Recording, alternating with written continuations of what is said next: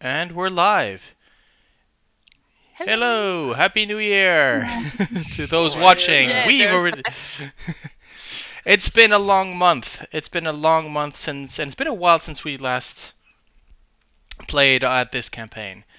We had, though we had the pleasure of seeing these lovely folk live for a private session, which that was really fun. And all the wrong reasons, but it was really fun. It kind of hurts fun. Yeah, what was supposed to be a fun little adventure. Thank you, Mark Humes, for that. Turned into the worst timeline in an incredibly brutal TPK in the middle of a bathhouse. So, the price of beauty. Play it. Tell us how it went for you guys. But yeah, before we get into the jungle fever shenanigans, a couple of things. Hopefully by the end of the month, we this channel should have new overlays and a logo. Hopefully, and Nice. there is a little project that I'm working with someone for. We might even have a jingle. I have no idea. This is getting out of hand. Yeah. Okay. I have a friend who's working on that. And by the way, you might be watching this 2 years in the future and realizing that nothing has changed. That's just how the dice roll, I guess. So yeah. Also something else, which is we are going to start getting table games in French on the channel as well.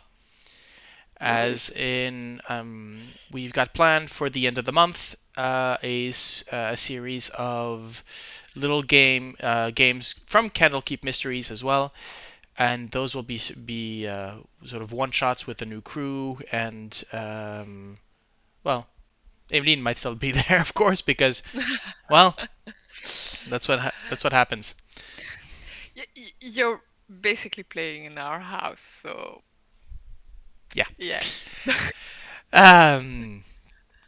Yes. Relationship goals, people. Get your significant other to play D&D, and you will never have trouble at home at all when playing D&D. That's okay. Fair enough. She has something to say about that. Yeah, I think so. Anyway, It's moving a on. nice goal. You can still you can still not agree on D&D, you know. Yeah. But if you're playing 5th edition and your partner wishes to play Pathfinder, well, I mean that's grounds for divorce right there. But that's my opinion. I can. Okay. How's the Yannick? How's the suit doing there? So you do know that Heinrich has not mastered polymorph yet. You realize that, right? Soon, goals for me. I will transform in anything I'll see. I will be Kangaroo! Oops. Kangaroo! Nope. In short, that means dinosaurs. Kangaroo! I mean, you've seen young T-Rexes. So. Yeah, Yeah. true Oh, that. yeah, that's true. Yes, T-Rex. If we're very unlucky, you might even see adult ones. Can you polymorph into my bad boy? Technically, yeah. Yeah. Currently, yeah. It was not bad boy. What was its name? Nasty again? boy, I think. Nasty boy. Oh yes. Wait, I should still have the. Yeah, no, that was it. The nasty boy. Where did I put Dino Race? Oh, and I had not put the names on there, so that doesn't matter. Okay. Oh no, wait, here they are. Yeah, those Big Honker, Bone Cruncher, Nasty Boy. Yeah, that was Nasty Boy. So So to get back into things, let's see. It's been a while, so let's sort of catch up on what had happened. It's been a while. It's been a while, yeah. So quick recap. By now, the death curse. I don't need to remind people have been have people. Resurrection is being countered by something, and people who have been resurrected find themselves wasting away. And having seen the actual rules for the wasting away, it's brutal. As in, you lose 1 permanent hit point per day. So there's a lot of nobles that only have 4 hit points who are resurrected, who are finding life very difficult these days. I mean, yeah.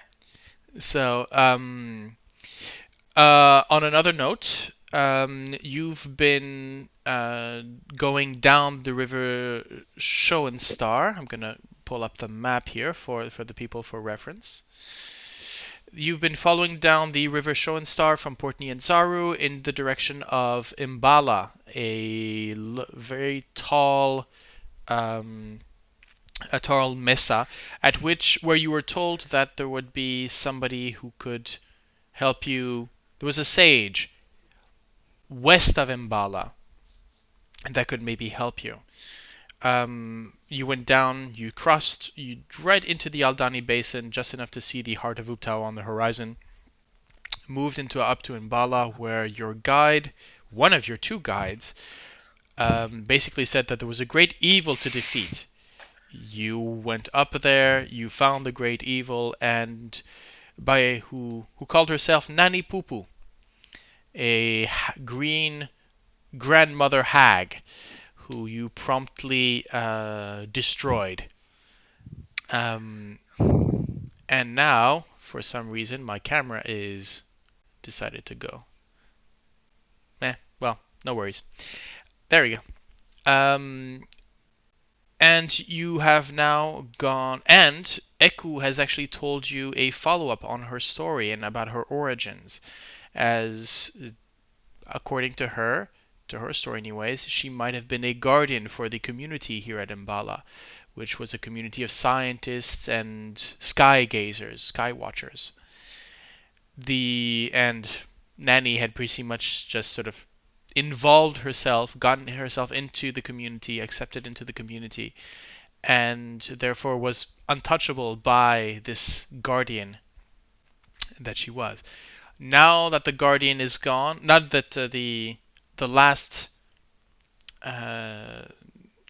living inhabitant of Imbala has been dispatched, Eku finds herself free of at least this particular.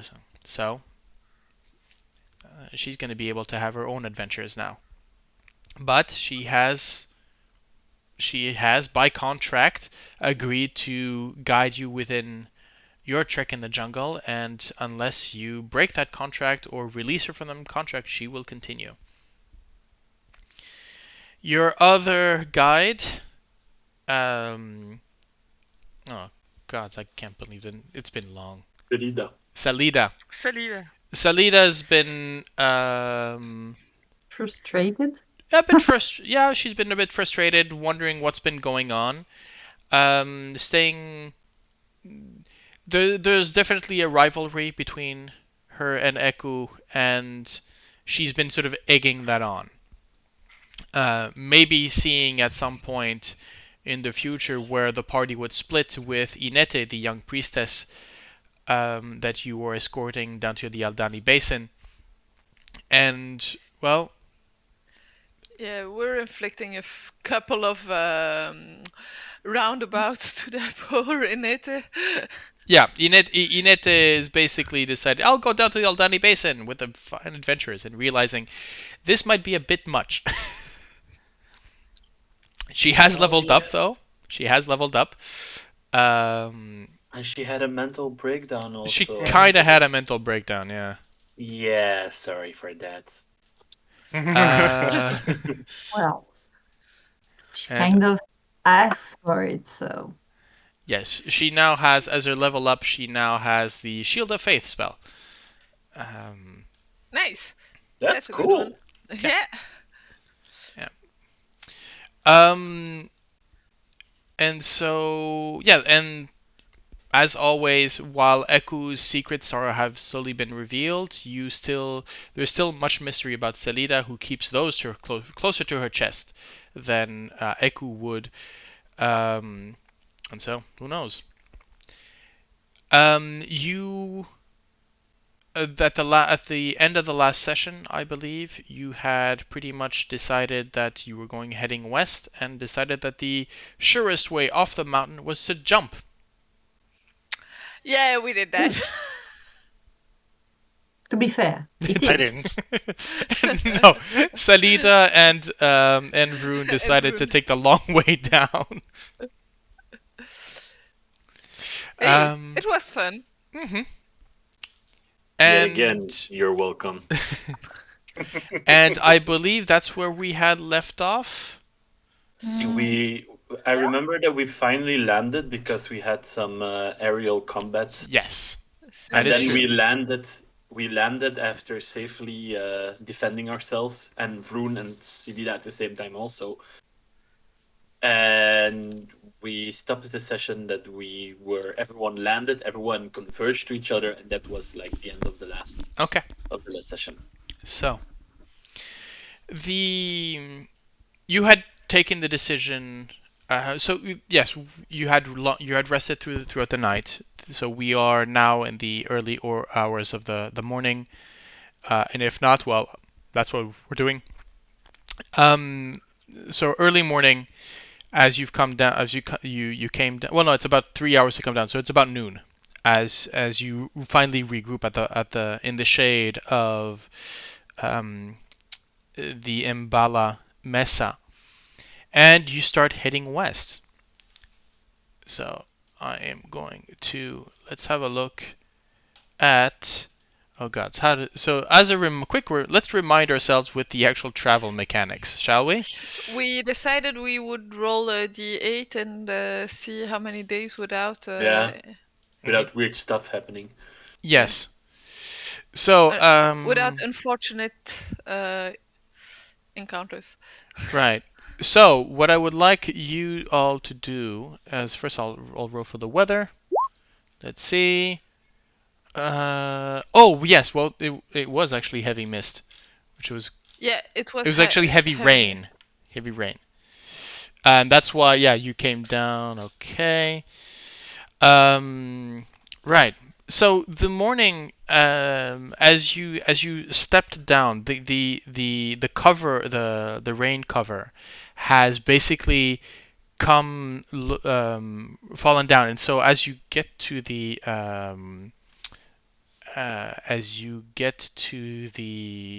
bottom, you can already find that there's a heavy mist. As the rain stops and the heat brings down, all of that moisture just comes up into the air. So, I would like somebody to roll me a d8. Well, friends, who'd like to have the honor to roll the first d8 of the night? Of the Go year. ahead, Heinrich. Yeah, Oh. yeah. Okay, and boop. Okay, so 3. So, let's see. Let's start removing tiles, shall we? Oh Yeah. my god. Oh my god. Flip tiles. Okay, so that's one. So, can somebody tell me in which direction you guys are going? So I know. Do you need a survival roll? You would not. No, because I'm considering that you do have a guide who knows very well. You've seen the direction. If you lose your guides, then I'll consider something different. But right now, you don't need to. We're going to the west, right? You are Straight going west. straight west. Yes. Straight west or south? Straight west. No, yeah, that's I the. I guess like down, up, down, up, down, up. Yeah. Yeah, Actually, yeah. probably. So like this. Yeah. Yeah. Okay. All right. So I will delete this and move you here. And I managed. That's the city. Yeah, I managed to move Imbala. Okay. I'll remove this right here. So consider that you can kind of see around. There we go.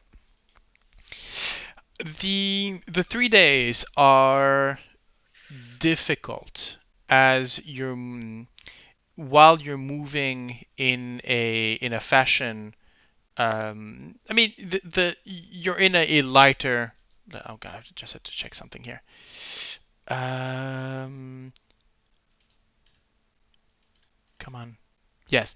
So you're basically walking around in the shade of Imbala, which is very much this open clearing, but the mists that have gathered here are still fairly thick. During the 3 days, it's a lot of just general pests. Let's put it this way: a couple of lizards, a couple of things that are with very limited difficulty. You manage to shoo away fairly quickly. So we're not going to stop on those. The occasional giant snake dropping on one of you, but you are who you are. Nero is at it. Yeah, He's exactly. gone. Is there anything? Are there, before we get into the actual thing, during the 3 days, is there anything that you would like to? I mean, you have basically 3 camps, right? So, is there any conversations that you want to have? Is there anything before we get to the, let's put it, the scripted event? I'll probably not a heavy discussion, but I'll probably try to have my watch with Salida. Coincide with Salida's turn, and just have normal discussions with her, like what's her life like? She goes into the jungle all the time. How does she feel about that? Well, so just random basic discussions about the jungle, also what she knows about it, and yeah, whatever comes up. Just. And is there any specific? I know this is cruel, but is there any specific goal to you talking to her? Honestly, Gil just wants to know and understand that person a bit better, have a better insight into her. Well, make me an insight check. Yep.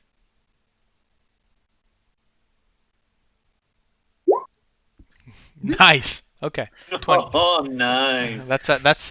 That's a 20 for the first roll of the night, folks. That's a 20. Yeah. It's a dirty one. It's a dirty 20. But I mean with the +8, yeah. Yeah. You find that she's very good at conversation, especially around. She'll keep subjects light. As soon as you try to move a bit into her personal life or to her anything of that sort of nature, she'll veer it off. She'll give you maybe a half answer or a 3/4 answer, and move on to maybe safer subjects. You start to realize that while she's talking a lot, she's very good at not revealing information. Mm-hmm. While on the other hand, she in a sense is also asking you things with where you're coming from. She interrogates you about your time with the. She understands that you were a mercenary, and so she's asking you how your time was experiences, battles, and stuff like that. Gil is gonna be very open with all that. I mean, okay. It's actually a good part of her life, so she has no issues talking about it. Okay. Is it actually something? Because I can already see some of you sort of leaning in, interested. Is it something that you want to roleplay, or do you want to save that for maybe another conversation? Because I know that. Yeah, I mean, those are conversations on one-on-one with Salida, so. Okay. Yeah. Again, do you want to roleplay that, or do we just move on and you want to save that for later? I was just trying to get into Okay. Salida, so yeah. My point was not to have a whole discussion or a role-playing Okay. event right now. I just wanted to establish a base. Okay. Yeah, so... Mm-hmm. I just wanted to say that I probably will go to Gale, Sorsha, and Vroon and ask if they would like to send a message to someone, if they would like to have some news from someone. So I will first go to Gale, and I will, Gale, if you wish, I was doing it for myself all the time, but if there is someone you would like to have some news from, maybe that dwarven friend, maybe of yours, to have some news from him. Yeah. Maybe you could ask him how the search is going. So first sending is hi, I'm a friend of Gale's. Gale is doing very fine. How is the search going?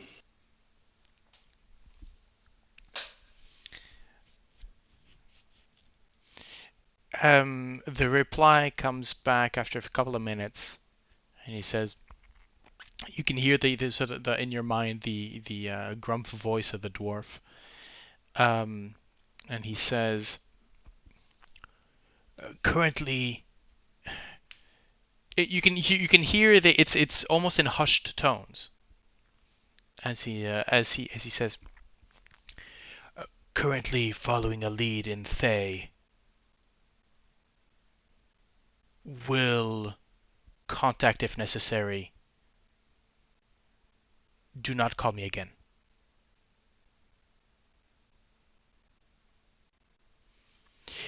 But the tone that you get is very much, it's not a don't call me again, right? It's more of these, you're putting me in danger here.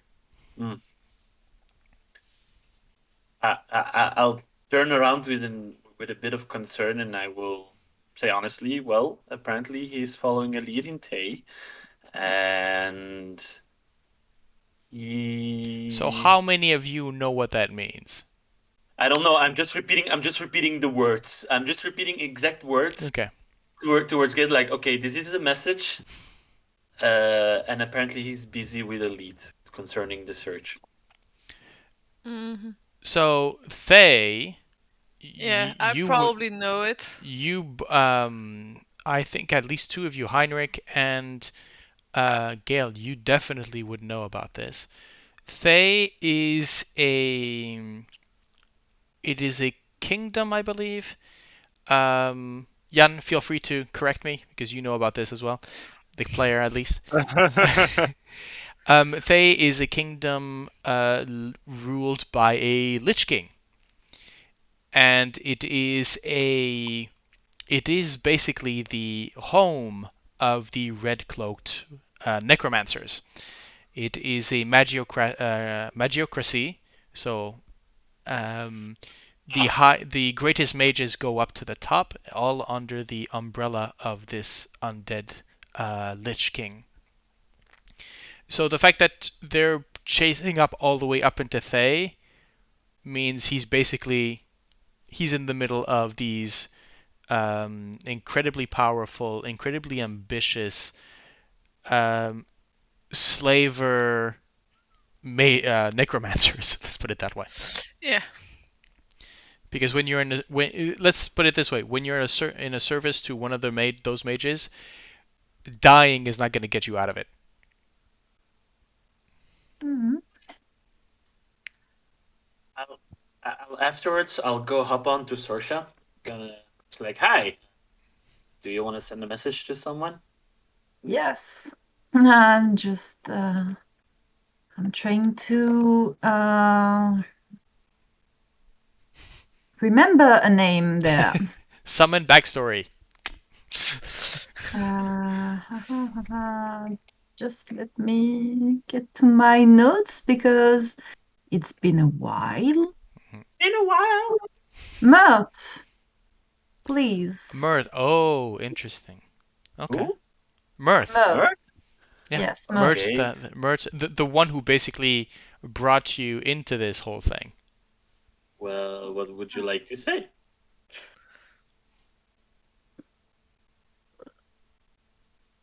Just bring us up to date, please.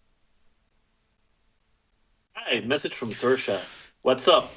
Can you give Can you give us an update, please? Love and kisses, Heinrich. Okay. And just the other 25 words are just kissy sounds, just to annoy the fuck out of him.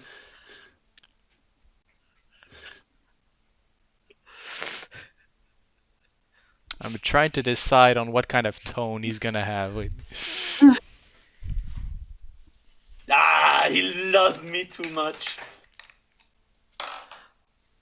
Well, Okay, interesting. ashes into your mouth, into your throat, so...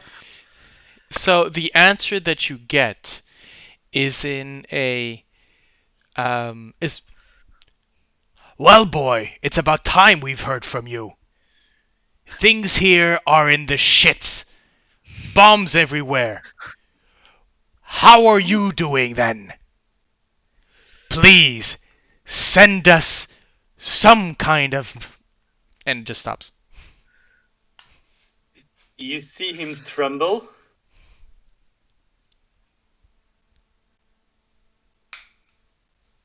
So, bombs, you say?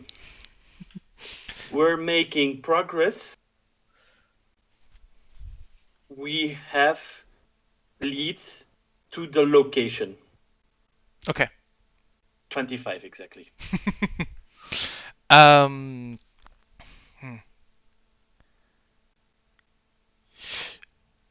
I think it would be the answer would be if you're gonna start playing with a 25, then I need to. Thanks for the pressure. And while I'm waiting, I'm gonna take my Pearl of Power and I'm gonna concentrate it on to reload my my 3rd level spell again.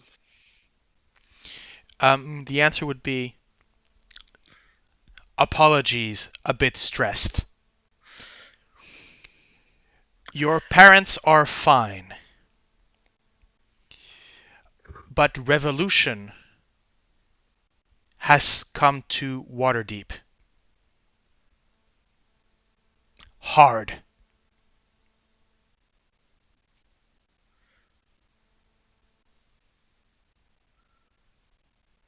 I'll answer.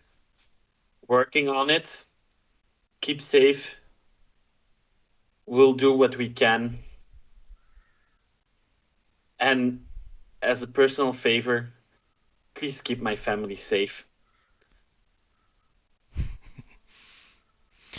I don't know if a chuckle counts as a word. No. But as the answer, he would says, that a given that.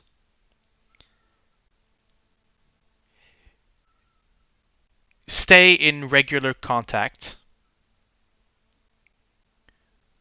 Lost news from other teams. Stay safe.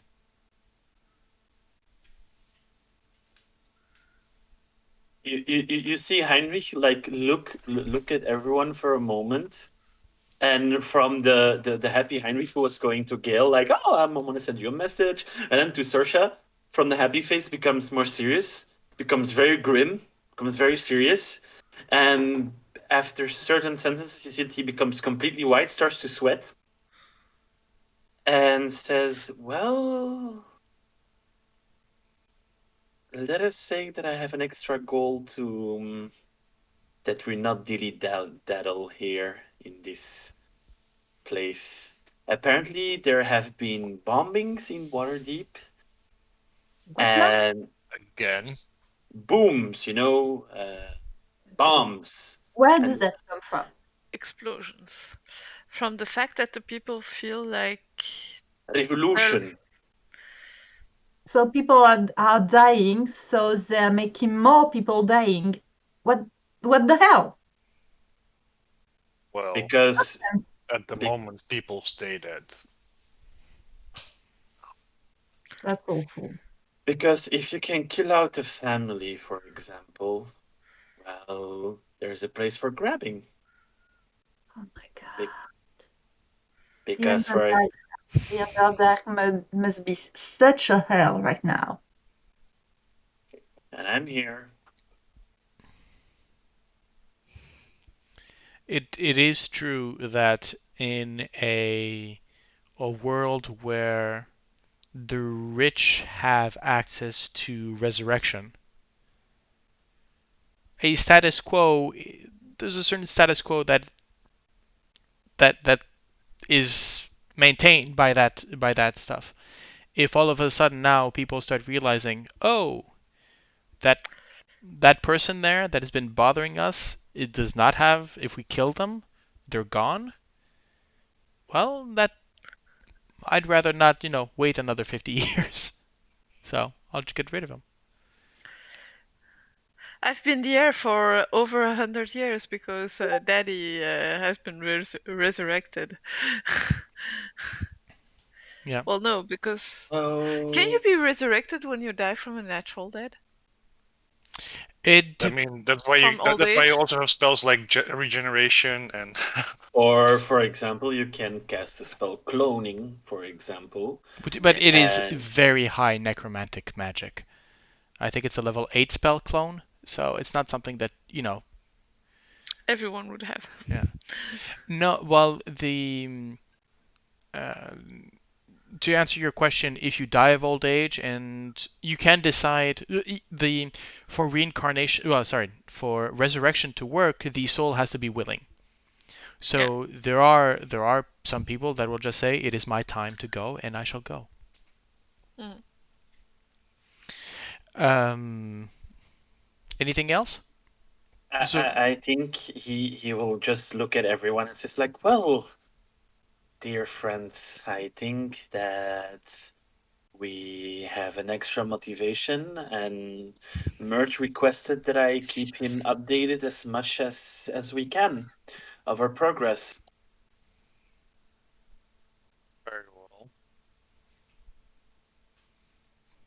Well then. Oh yeah. Oh, hey, you're not going to reveal that last the last little tidbit? Okay. Fair enough. Okay. Um, the as I said, well, we'll wait for Gap to come back in a second. And let's before we actually get to the description that I want to do. Going to pause the recording just until she comes back. We'll be right back.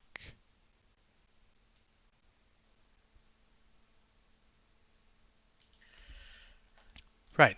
Okay. So we're back.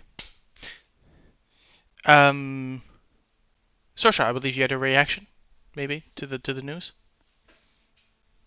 Well, Heinrich, thank you for the message and the update, because I think we can always count on Mert for a blunt response, a blunt answer. If I asked Caleb, he would have tried to sugarcoat it to prevent me from doing crazy thing, I believe. Are you going to do a crazy thing? No, but Caleb would have things that, like, it's alright, don't be safe, don't do silly things and everything. You know, usual Caleb. Like jumping off of a cliff and float down while getting attacked by flying You can things. fly, it's That- no big deal. Right. Yeah. One small detail, and I am thinking how to say it in the most not sugar-coated way, but in the most. Apparently, there were other groups that did the same thing as us, and they lost all contact with them. Oh God. So, and you seem like I don't want to pressurize us, Yeah, no pressure at all. but for the moment, I think we are the best shot that they have for the moment. No, not the best, the last. Lost contact is not always just dead. No. They could also just not have a wizard able to send a message. If the jungle takes you, the jungle takes you alive. And I'm trying to do my best impression. Echo turns around, sort of, as you keep walking. Look, it's. I think I'll keep to reassure Mert. I'll send some messages. Vroon, would you like to talk with someone also? Anyone that I've met also. That you have met.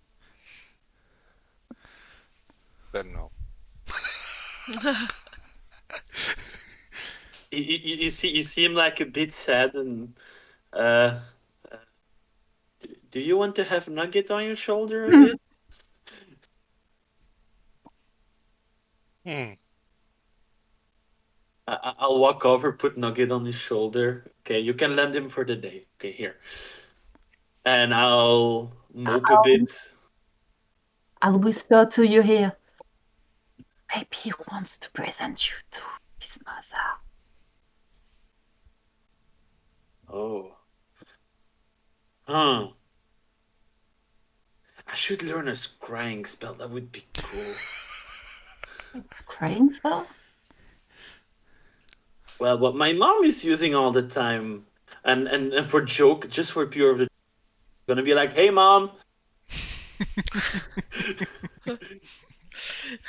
What are you doing?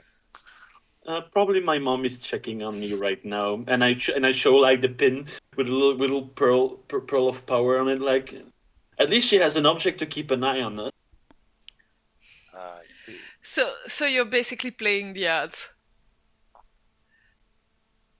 Eh. Let's say that I am very scared that I'm trying to mask it, but I'm feeling a bit confident, not too overconfident, but I feel that we will get somehow alive of this, out of this jungle somehow. Yes, please. I would prefer to, but yeah. This is my compliment of the day. Take note. I will return to my grumpy nobility in a few minutes, but enjoy of the compliment, and it's gone. Okay, and I go continue to walk. And I go, good boy. Now you can be grumpy. Would you like to sit on Kumari, Heinrich?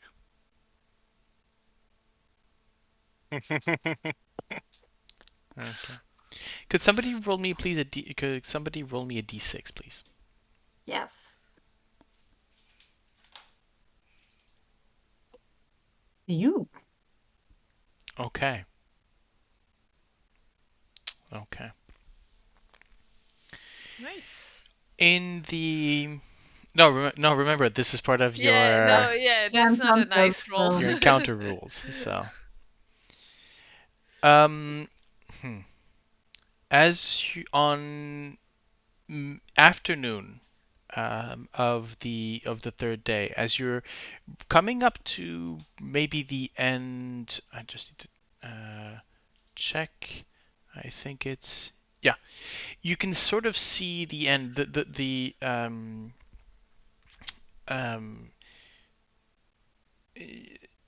How should I put it? Yeah, there's sort of late afternoon on the third day. You're coming up to the edge of the clearing, the that you now understand is nicknamed the Shadow of Imbala.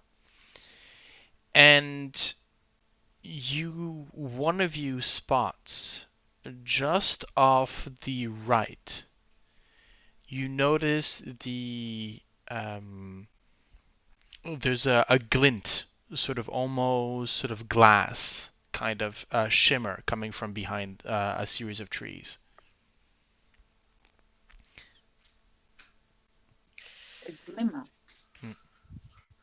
I'll probably have a quick revert to my military habits and just have the fist up, nobody moves signal going. Okay. Which you might or might not understand, your choice. Yeah, I think you've done it before, like in the sewers of Waterdeep. So it's like, oh, I remember this one. Is she? Oh, okay. As you move, do you want to investigate? Do you want to move past? Just, Might as well investigate. Yeah. just while they're busy, I'll just prepare as quickly as I can. Detect magic as a ritual spell. Oh. Okay, so that's 10 minutes. Wait Okay. a bit. That's as quickly as So you can. just, Yeah. I'm just gonna ask politely, like, sorry guys, but I think in the further we go, that the detect magic would be very handy. So give me just 10 minutes, and I start to open my books and put everything Okay. around me and start to focus on that. I think like Vroon leans into Gale and goes like, "Do we wait for him?"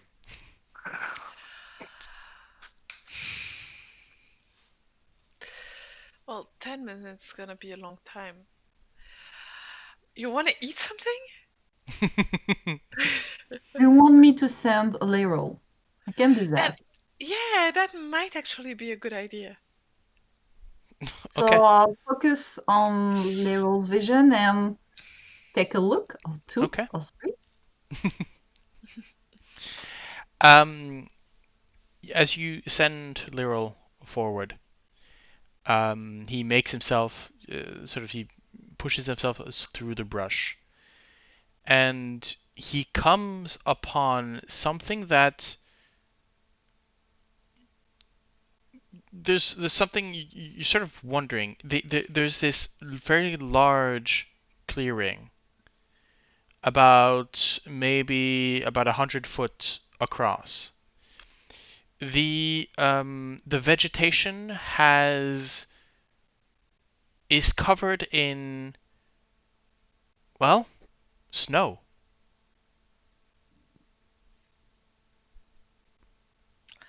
I mean, I know I have strewn sleet upon Mbala not long ago, but snow? There is this circular space where all the vegetation is covered in a layer of glittering frost. And you just had the sensations as Laryl sort of slinks in. Immediately you feel through him the cold, a very sort of cold, the bite of below zero I'm gonna temperatures. ask him to come back.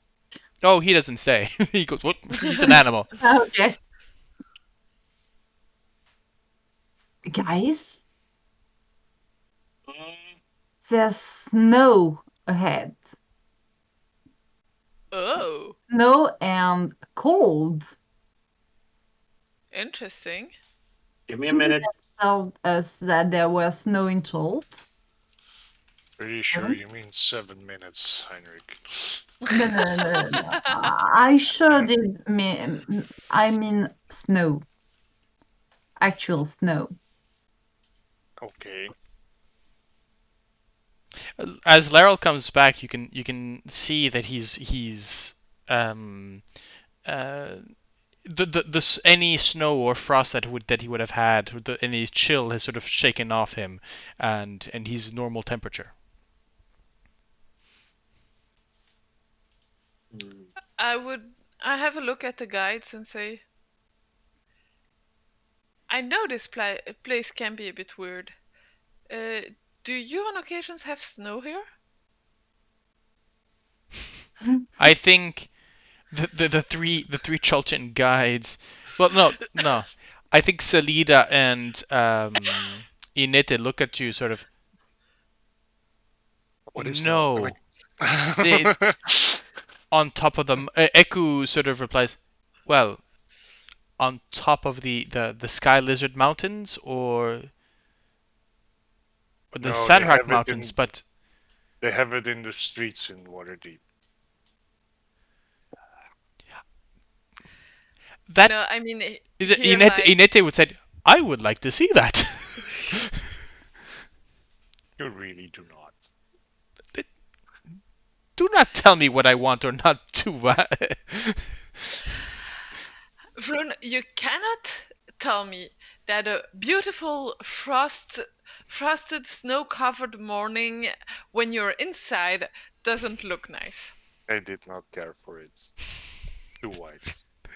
Meanwhile, you see a little tear of Heinrich's cheek going down, like. So yes, you finish your 10-minute ritual, and you now, as your eyes glaze over in arcane filters, and yes, through the brush, you definitely just beyond about 10 feet, 10 15 feet within uh, the tree line. You do sense powerful magic. I look again at Salida also at the same time. Okay. I look around and I look like over the shoulder to her for a moment. That same glow in her bag. But other than that, nothing. Okay. I start to look and I go, well, guys, let's do what I am specialized in. And I start to walk towards with a... Which is what? Running into things and figure it out. And you Figure it out as we go. and you see like going behind his back like, magic, my friend. Magic. It's Figuring it out as we go. Exactly. Yeah. And Walking More right than into. them getting the out with magic. I thought we were going to be, after 10 minutes of waiting, we were going to be more careful than that. while I'm walking slowly towards it with detect magic, what kind of magic is it? What do I feel about it? Or is it a magic that I recognize? I'll give you that. Okay. So, yeah, there's, as you make me an Arcana check, please. Okay. Arcana or investigation? Oh, Arcana. Okay, 22. Nice. So it takes but a moment to sort of clear the brush before you get to making your way. You can see that around here the brush has sort of amassed itself, so it's less open than in other places. It's really this very dense jungle brush, and so you're cutting away to get to it. And as you come in, you can see there's this perfectly circular. It's a 120 foot radius. So this is almost 100. This is what 120 foot to 40. How much is that in meters? So 73-meter wide. White winterscape. The magic in it seems it's something that you've seen the sleet storms from Gale, and so you would definitely recognize this as conjuring. No, what is sleet storm? What's the I was going conjuration? to have a look. I think It's conjuration okay. magic. But while Evocation? Hmm? evocation, maybe some traces of it? No, this would be Conjuration. conjuration. Okay. It's literally summoned weather. Yeah, pretty much. Except that you wouldn't, unless this was cast in the last 15 minutes, this should not still be here. Yeah. And would have the way that you can see how the vegetation has sort of grown around it, you can see withered plants that have maybe sort of slept in. You actually see on the not on the perimeter, but sort of maybe halfway into the radius of it, you actually see a perfectly preserved cadaver of an Allosaurus. So this is something permanent. Okay. I relay the information to the group. I mean, all of you can see the body of this dinosaur in the middle of the thing. Yeah. Someone used a big ass spell to get rid of that dinosaur. Why is I it asked still Eku going? and Salida, so none of you never saw that before around here. No. Salida shakes her head. Inete is in awe. And Eku, she steps in, she puts in 1 foot within the perimeter and then steps out. And she says, I do not like the intent behind this act. What was it? The I do not know. In all of my travels, I have not seen the like. Not like the intent. There's an intent there that you can feel. It is difficult to describe. When you mold your magic, you take threads of magic, of destiny that you weave together. But like any weaver, you have a style, a mark upon your magic.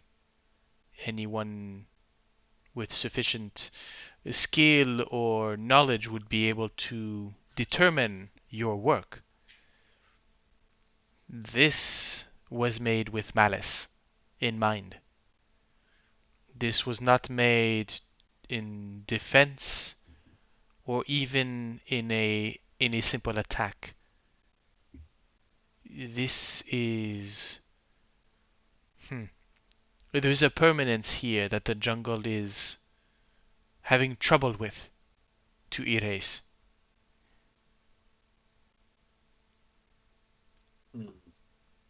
And she looks about, and you can see that it's difficult to determine, but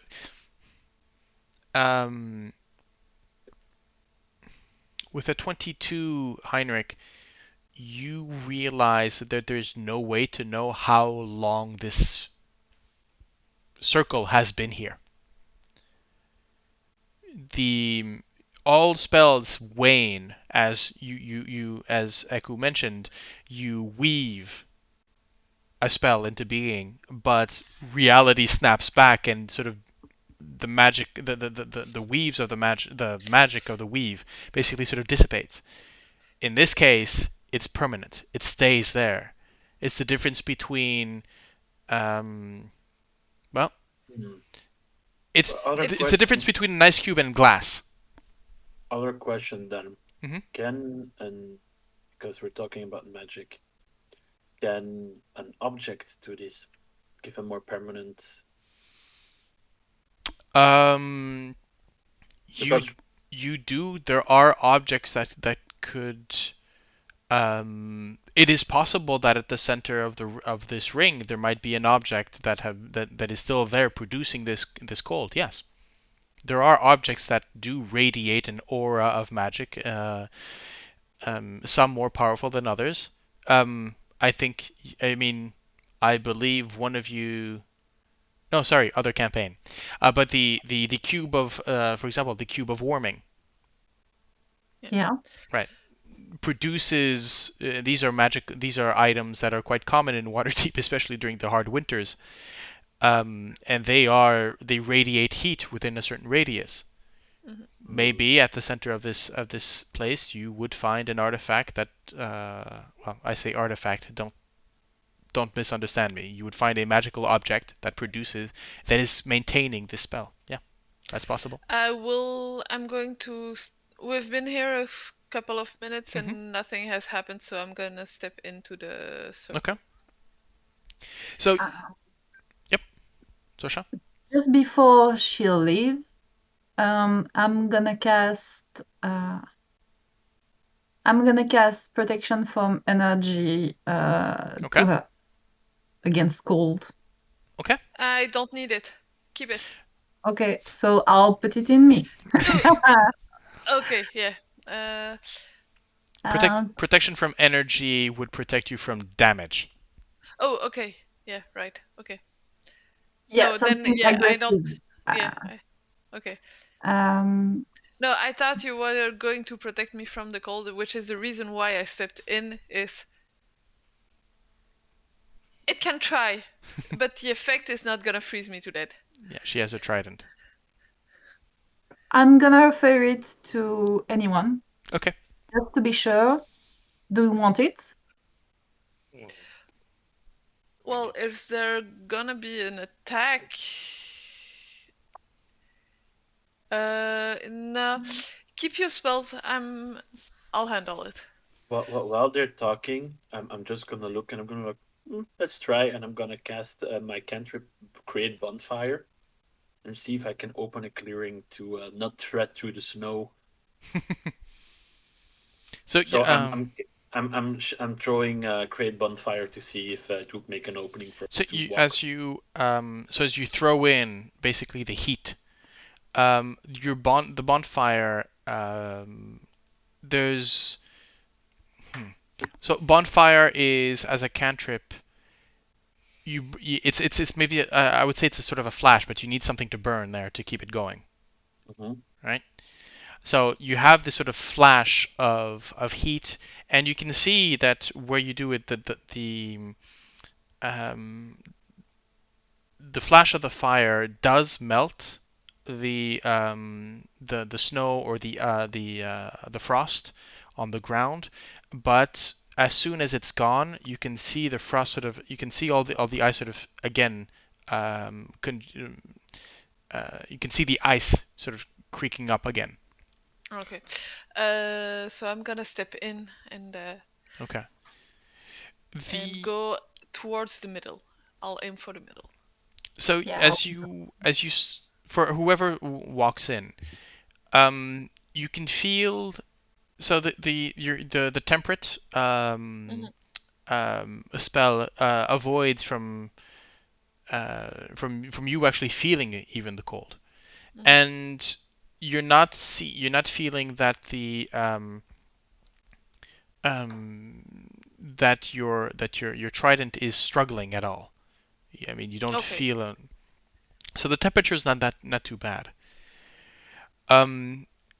And so there's that familiar crunch under your the boots of your armor, that familiar crunch of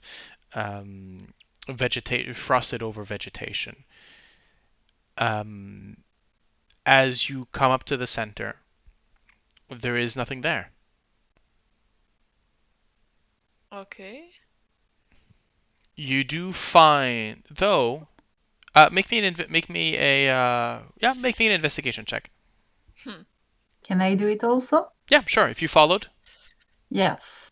Okay. I'll help Gale so she Okay. would have advantage. Yeah, no, guys, that's not gonna cut it. Okay, but Sorsha, however. Sorsha is gonna find something. So, Sorsha, you've been sort of following in, and again, this is right where Gale is standing at the center. Gale is the reason why Gale you probably missed this is because you're looking for an object, you're looking for something in the ground. Mhm.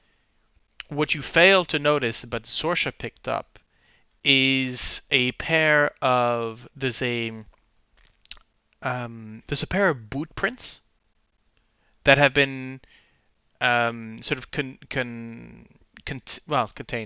no, conserved in the snow. So as somebody had been walking in the mud, and then it flash froze, and so you can still see the footprints Yeah. where the person stood. Um, Sorsha, you can see it's a boot with a heel, so very much in a western style. Sorry, northern. Let's put it northern style. So something that you would have seen very common in the streets of something like Waterdeep or something like that. This does not look like a local shoe.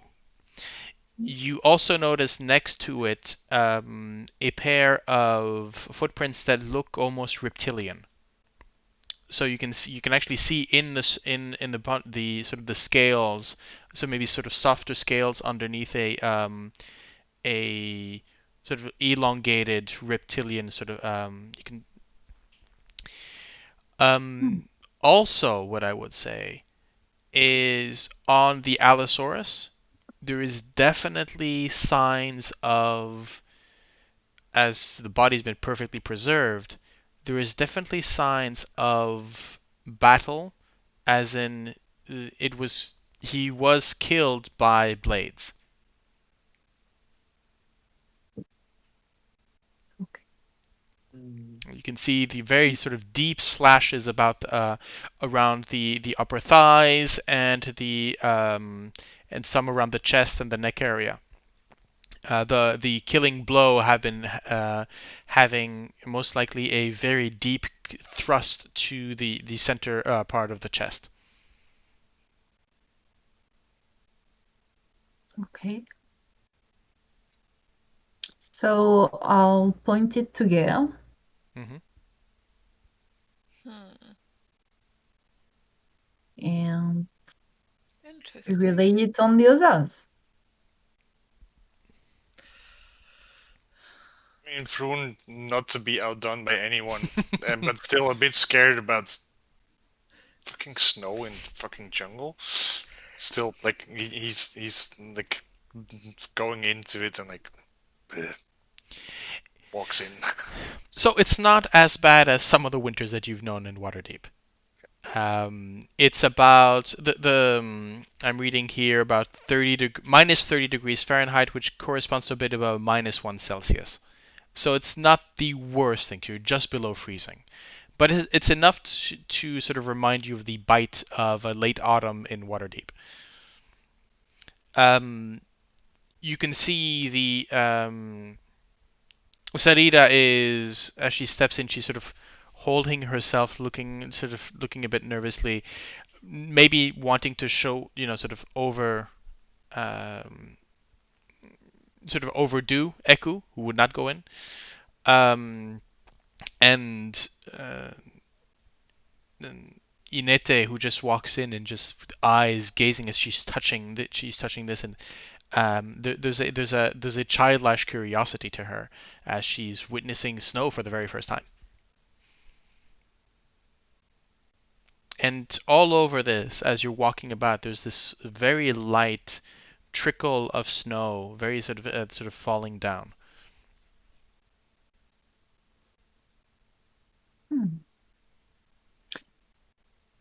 Okay, why would anyone want to preserve traces of boots? Oh, I thought it was for the dinosaur. I would have thought preserving the dinosaur too, honestly, or helping to kill him. I mean, But then why is it still here? they're dinosaurs are cold-blooded. So, like lizards and so on, they will stop moving or be less energetic in the cold than in the warmth. So, If someone Okay. casts a spell to trap them, Yeah, but in a battle, I mean, they would be infuriated for a long time, maybe, but for a battle, is it enough? I'm not sure. Yeah, would be enough. could How help. long has this spell been here? Can you tell? This magic is strong enough that I could not point exactly how much time. But it could be two options. Or the person who did this is very powerful as a person, as a practitioner of magic, is very strong. Or that person is carrying an object that is very strong that could give the result of same magic like that. Maybe wild magic also? No, No? this is too specific for. This is my personal opinion. I don't think it's wild magic. I think this is something very specific. And don't forget, and I turned to Inete and I said, like, didn't you had some visions about red cloaked people also? Or something with red, if I remember well. She turns and she says, "Yes, but visions of the basin, skulls, red cloaks, undead, but nothing like this. I do not Just believe this is." keeping. What about threats? What does that mean?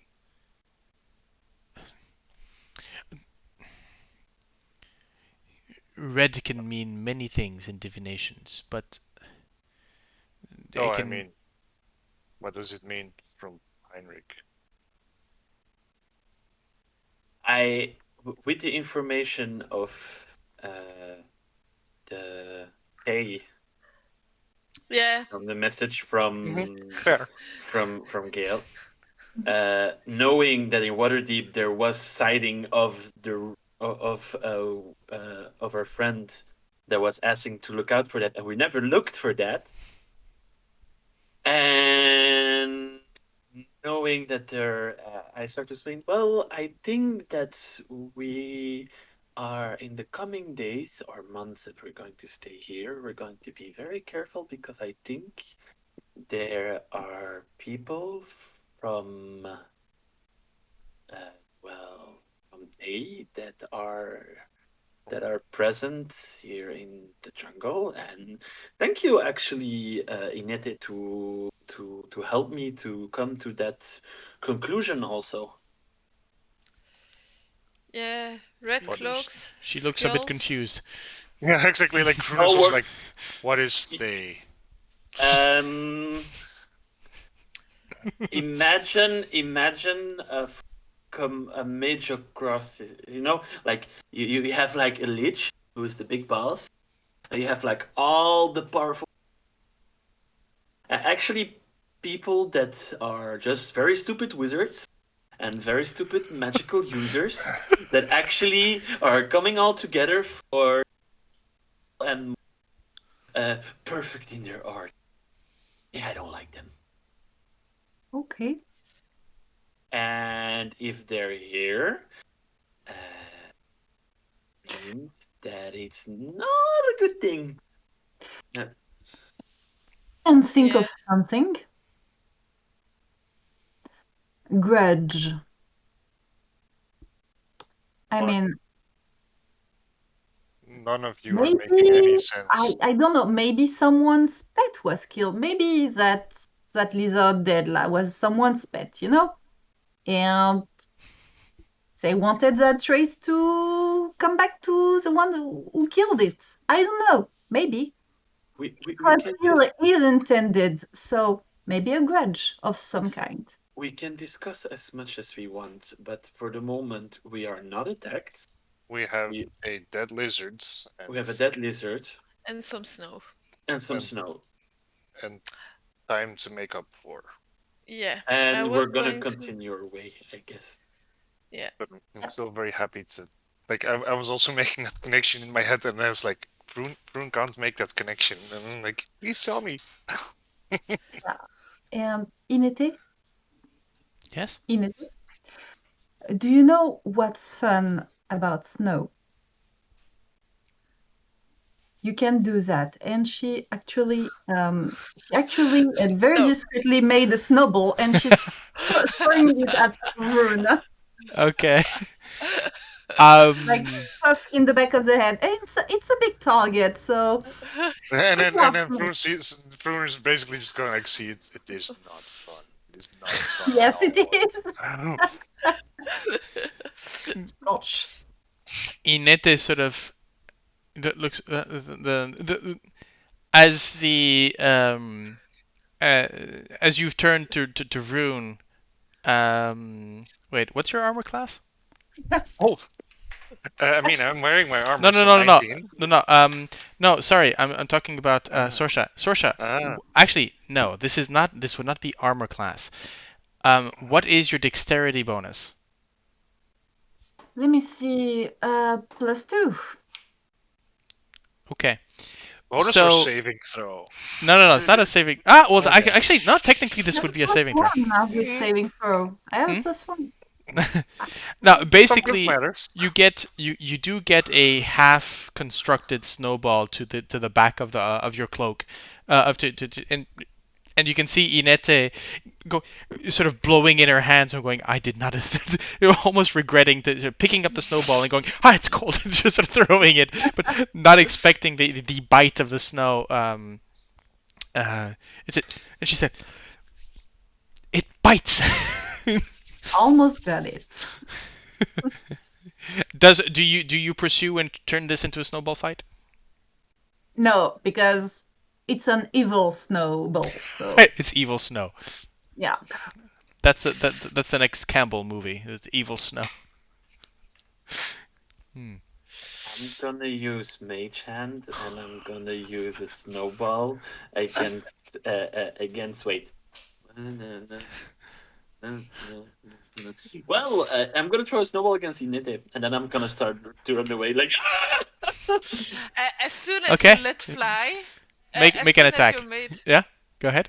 yeah, as soon as the mage hand lets the snowball fly, he probably gets one on him because Gale is gonna throw in a snowball.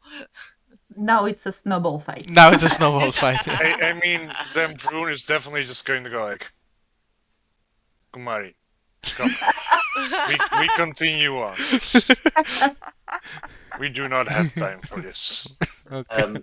Just to make a note, even if I throw the snowball, I'm intentionally missing because Heinrich is a horrible shot with snowballs. That kid, he got a lot of face. So yeah, you probably hit him in the face, very square on the face, and drops and shakes a bit, and then starts to stagger to Vroon. Fine. Let's go.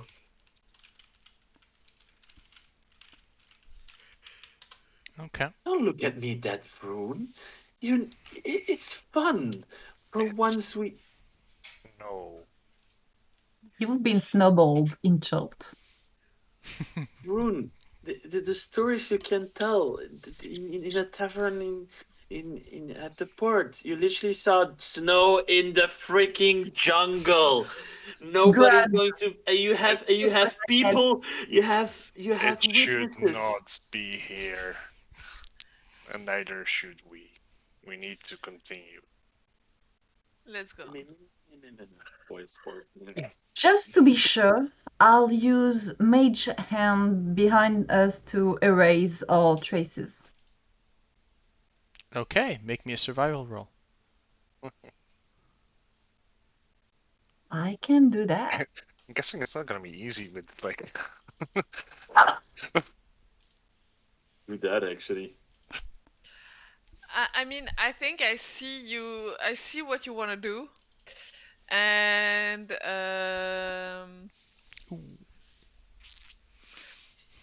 I'm I'm gonna help you and take over once I see your mage hand is not very efficient. And just Hmm? I mean I have gust of wind, which can basically blow. Uh, would you allow that, or can I use shape water to because snow is basically water to make a Yeah, both would be pristine? both are fine. I Okay, still have Ray of Frost if you guys want. I'll use shape water. Good. Okay. The It's gonna take like it's we've been walking around there and like throwing snowballs. Isn't it going to take a while before you can like get all the snow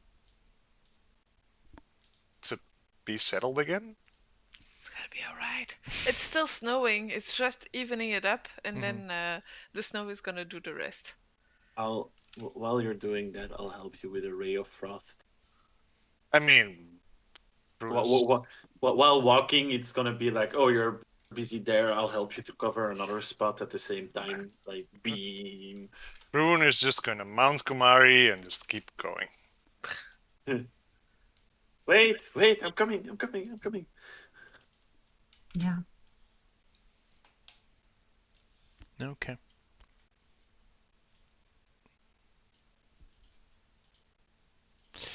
As it's after everything that has been going on with the stress of the messages, it is having a simple snowball fight.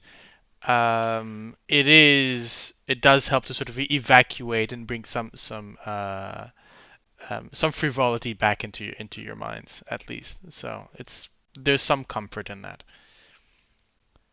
As you move on forward, you find a just on the edge of the canopy. You find a series of sort of tumbled stone structures, pillars, maybe an old archway.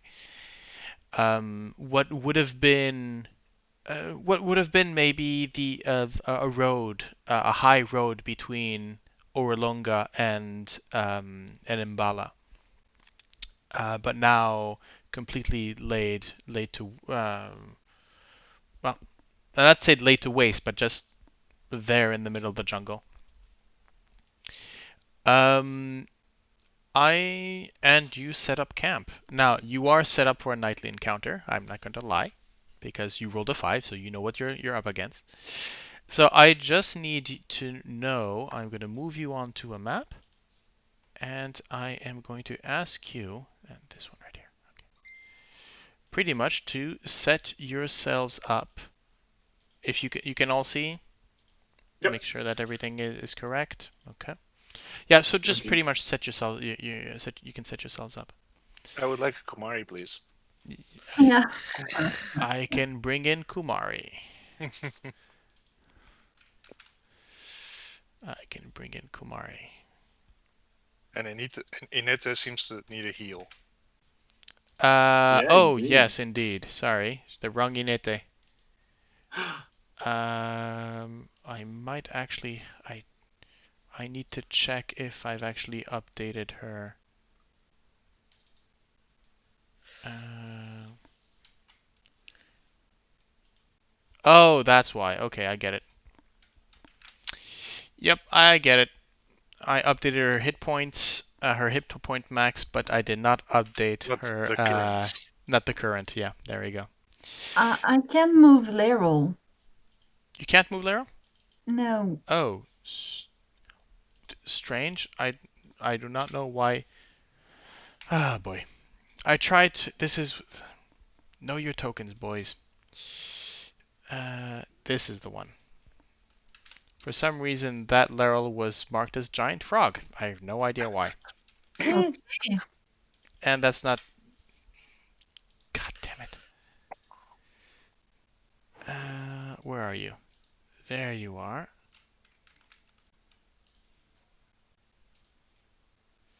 And all of this. Thank There you. we go.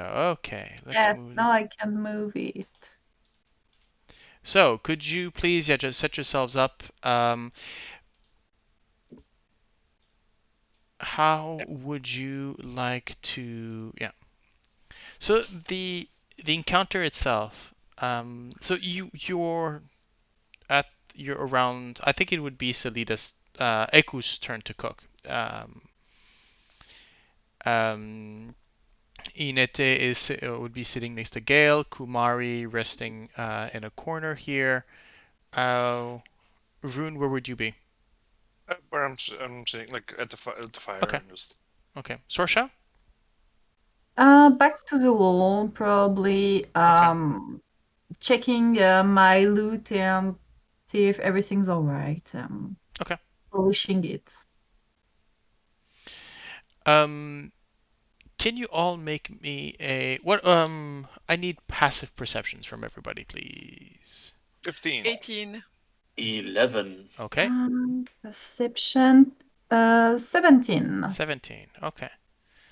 So, Gale, Sorsha, um, you are. I mean, there's some light conversation between Eku, Salida, and Vroon around the campfire. Inete is she's sort of maybe in sort of some meditation, probably talking to the other cleric in the group about a subject or another. When you hear coming from the canopy a sort of a heavy crashing of um, branches, wood being sort of split apart. In the canopy. Yes. Oh no. From one specific direction? It would be coming from let's say over here. Okay. We've got company. Yeah, I'll stand up and just. Yeah, at some point everybody can hear the can sort of hear it. Mhm. And as you Echo sort of stands, looks about you, sort of basically just makes a motion for everybody to sort of stay very still. Um,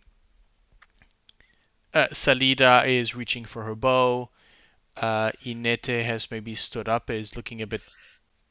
No, she's not looking panicked. She looks. There's that nervousness about when you're about to start a fight, when you're going, okay, is this going to be what's coming out? I don't know what's coming out. So there's definitely a nervousness, but she's holding ready. How are the others? How are you other reacting? I'm getting my trident Mm-hmm. and my shield, so definitely making ready. But I'm waiting to see what's coming actually. yeah, same. Like, I mean, when people suddenly go like for their weapons, it's like, I grab my hammer, and then it's like looking around, like, what am I grabbing my hammer for? Okay. Yeah, I Oh. can imagine Vroon with with a lockpick in one hand and the ladle in the other, still stirring the pot, just making sure that it doesn't burn. Um, no, Eku's cooking. Eku would be doing that.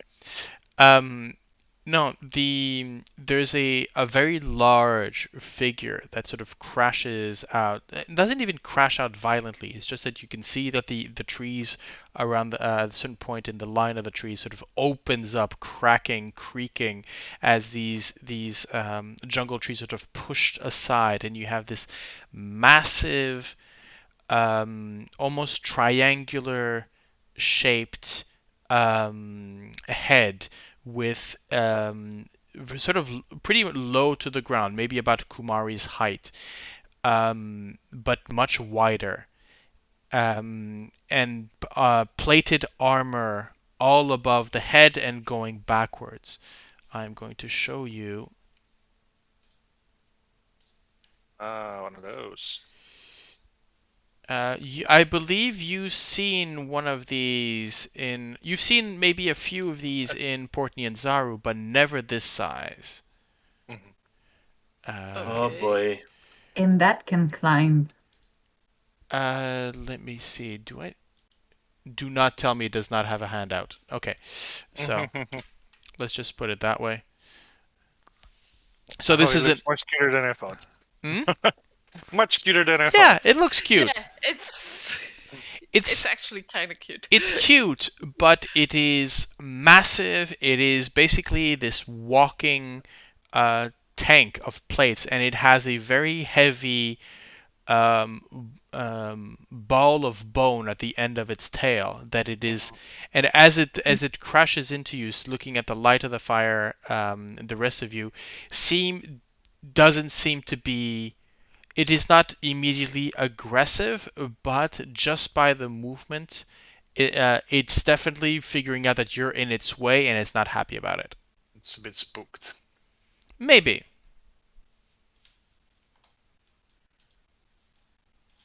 What do you do? I What do we do? I looked at Inete and say, is that thing like? Does it look like a meat eater or is it purely a No, no, herbivore? no, no. It has, as you can see at the front of it, it definitely has sort of a beak, so it's definitely it's a herbivore. Mhm. But as Inete would reply and saying, um, these things they are very, very strong. They do Mhm. have a tendency of they are used. The young ones are used to pull heavy burdens in Port Nyanzaru, and but usually as soon as they grow bigger, especially about this size, they're usually either butchered for meat or put into the games or whatever, because there's so much force, so much strength within them, they will knock buildings down without even noticing. I mean, because I can make the place very uncomfortable for him, but That is it true. means it's gonna be uncomfortable for us too.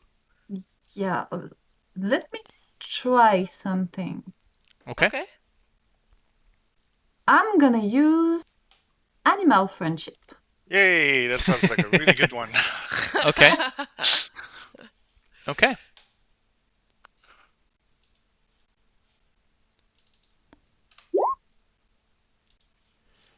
Okay. So it has to make a DC Wisdom saving throw. Yes. Um. Right. So what does it do exactly? What does the spell do? I can display here. Right. Convince it mean no harm. Choose a beast within range. The range is 30 feet, so you might be.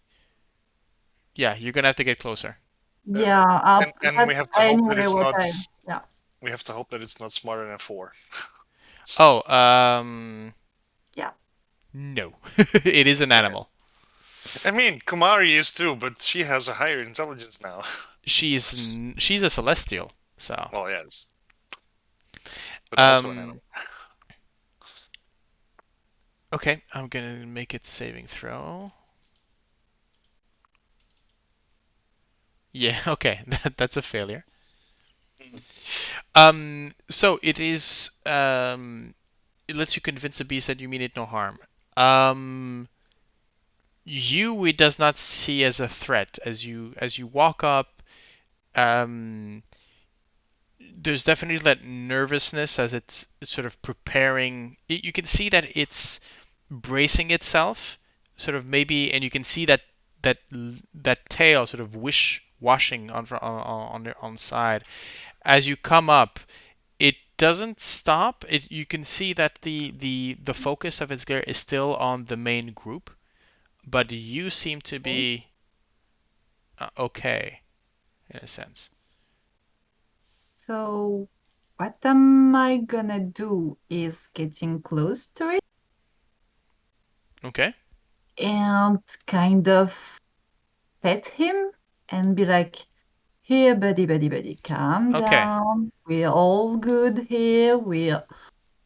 Everyone's good," and just to try to soothe him and make him comfortable. Okay, make me an animal handling check with Mm, advantage. Yeah, I was gonna say, can we help in some way by just going like, Charm also person. going... Well, the charm, the animal friendship is the one giving her the advantage. Yeah. Okay. So maybe wave food, Well, the animal friendship, the material component is a piece of food. Good. Yeah. So 19. Okay. Yeah, it's definitely enough as you. I mean, you would be using musical instrument. So as you're coming up, maybe strumming on your lute. There's the animal seems to calm down definitely. But it's still there. What are you gonna do? Is it comfortable? No. This is bony plating. This is the skin of an alligator. And I'm not talking about, high-end handbags. I'm talking real alligator. Okay. No, it is not comfortable. This is not something. Well, technically, you could, for the next 24 hours, you might Keep it. keep it, yeah. But it's Yeah. this thing is not. It's gonna be skittish and not enjoy your company. But yeah, as you look back, you can see Salida. She has an arrow knocked, and she's very very sort of making sure that I think she's maybe moved over here just to moved herself sort of out of the camp, out of the direct um Inete hasn't moved. Eku's looking at the whole scene. I'm going, and you can see she's calmed down as well. She's turned back her attention, half of her attention back to the soup. I think Vroon definitely moves over to Kamari, and he's also probably going to I don't. Does Vroon know if this is a carnivorous dinosaur or not? Yes, you It's would know. not. What the Ankylosaurus? Mhm. Yes, you know this is a plant eater. Yeah. This is a herbivore. I mean, Gale is probably going to softly say, "Okay, everyone move to the south of the fire.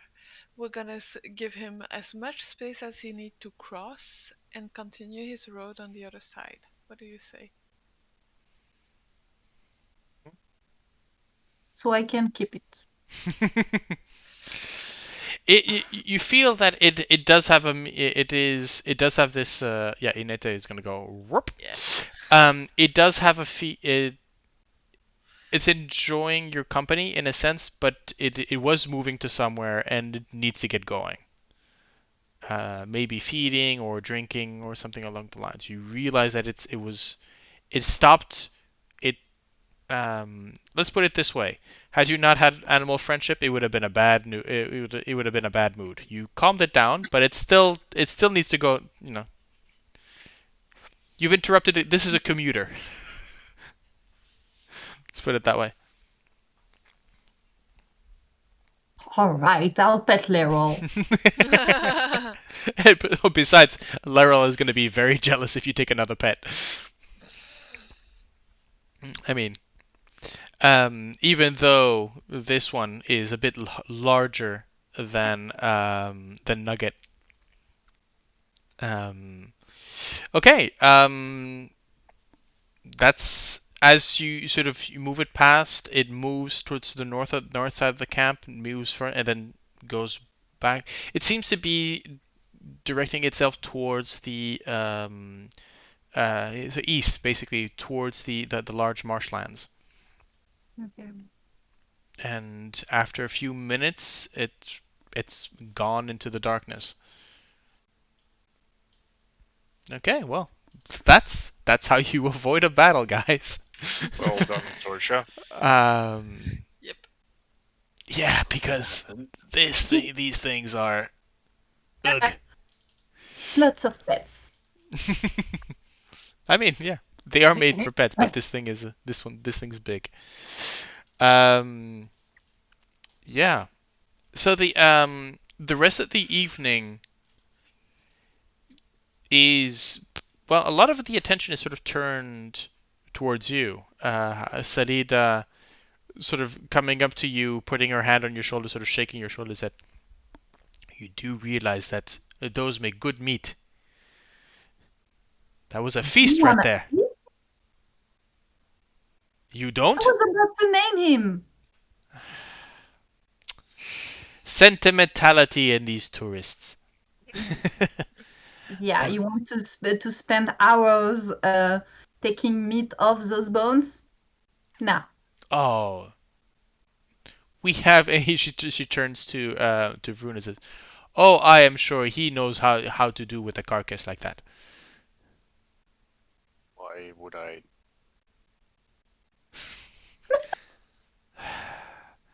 Have you never prepared?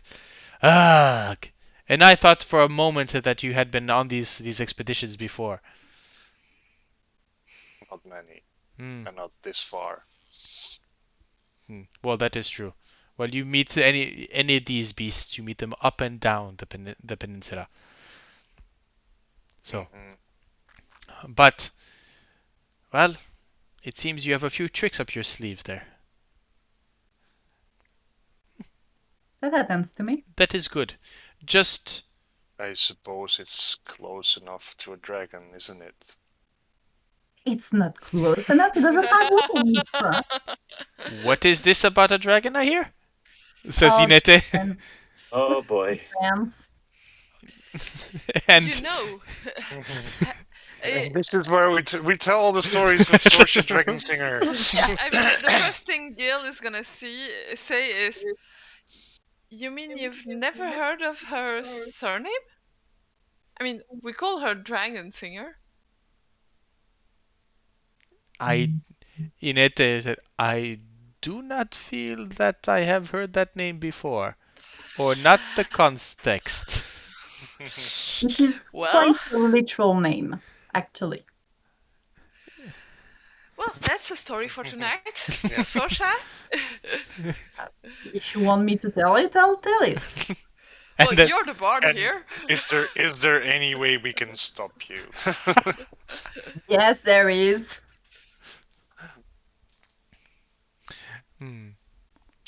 So as the night continues and the exploits of Dragonsinger in song starts going around the campfire, we sort of fade to over the evening. Can I get another D8, please? May I I'll roll do it? Okay, Of sure. course. Yeah. Okay. Nice. If you rolled anything above underneath a 3, there would have been something, but Yeah. Yay, hey, we make it. yeah. So I'm basically gonna go like this. So down then up. Is that good with you, or do you want to go this way? You're like whatever. Like honestly, it depends a bit on the lay of the land. So Yeah. Like up, down, the and problem then is like once we see, maybe it's like, oh well, it makes more sense. Maybe to Okay. I'll. down, pick, up. pick something. Yeah. Ah, God! I need to move you out of the way. For a hot minute. There we go. Wasn't Okay. it here? Oh yeah, it was one to the On the left. tile, yeah, next to it. Not anymore. Wait. Let me just Are check. my eyes deceiving me? Is that a very deep valley, or is that actually a Seems river? like a river, but Yeah, actually, it's on the other side of the river. I might have moved things a bit. Yeah, okay, it's on the other side of the river. Yeah, so it is a river. But it is no, it's a small sort of ravine basically. And there's, well, at some point you can see the how small? hmm? How small? Because a ravine is not easy to cross. No, it's not easy to cross, but there's the remnants. You can see that there's a rope bridge that has been that's been set up. While a bit tricky, it's not enough for you to. It's not enough of a challenge for me to actually roleplay it. No. So. And I'll just go, Kumari, I'll see you on the other side. Yeah, Goodbye, exactly. Okay. However, as soon as you hit the other side of the river, you know that where Orolunga lies, and you've been following the path of this old road that came through here. But as the terrain gets a bit rougher, you have a hard time finding it until you come up to this ravine and you can see the bridge. And you've just missed it by maybe a kilometer, and so you move to the side. The other side of the ravine, however, with the Mistcliff Mountains in the background, seems almost like a solid wall of green. Where the vines have completely choked up up to about maybe 3 or 4 meters above your head, and you find yourself as you're pushing through the vegetation to literally break out the icloas and other sharp implements to literally cut yourself a path through the way. The forest. This time, I am going to ask for a survival roll. Okay. Yeah. I'm going to give myself guidance for that. Yeah. Because Oui. why not when you can? Okay, yep. Oh, hot damn. I'm lucky I have a +8 on that survival roll because I rolled very badly. And roll a d4. Yeah. I mean, it's enough, but I just want to... You roll You can just click the one in the guidance. Yep, okay, so 17. Okay. So basing yourself on the direction, you have the help of your guides as well. You manage to keep sort of a true path, and as you there's a moment where as you're cutting through, or Kumari is actually sort of pushing through this heavy jungle. You come to a very small, how should I put this? You come to a small clearing that it then gives into a massive construction of stone. And I am going to share with you right here the handout. Can we have Welcome to Orolunga. Can we have the name above the little square now that we're... Ah, yes. Oh! Inca style pyramid. Yeah, very much so. There's quite a few. I've seen quite a few images. This one does not correspond exactly to the description that I have in the book, but it's close enough. So I've accepted it. Plus, it's the one that I use for the little creatures. Yeah, definitely. So to give you the description, as you're coming up, you're just coming up just on the edge of it, and you can see this huge monolith of a construction. It is, here we go. Right, a massive brick and stone ziggurat rises from the jungle. 2 staircases angle up and across the front face, so basically going like this, to meet at a landing on the second level 30 feet above your heads. That layout repeats on the second level and on the third level, but with each successive layer adding less height than the one below it. The fourth level, about 60 feet above the jungle floor, is enclosed is an enclosed shrine or temple, its walls adorned with labyrinthic symbols. The jungle encroaches right up to it and onto this ancient structure. The first flight of stairs, are choked with creepers, tree roots, and flowering vines. And while it may have been surrounded by a city long ago, the jungle is so dense it would take hours of searching to find buried foundations or tumbled stone. Interesting. Okay. As Eku comes up and says, I have brought you to Orolunga. Do I myself cannot climb those steps. Again? I have not been invited. And well, We? the sage up there, well, they are territorial. You have not been invited. Okay. Well, Are we? What What's are the sages? Yeah, what can you tell us about those sages? Because I do not mean who. You said territorial. I do not think you mean a person that is territorial. and you would be right. Mhm. Inete is sort of looking about. No, Inete knows, right? She knows. yeah. Salida, however, is picking up on the conversation, is going, well, so this is where you would meet the sage for where to go. Yes. Yes. Well then, let us climb. I would like to know first what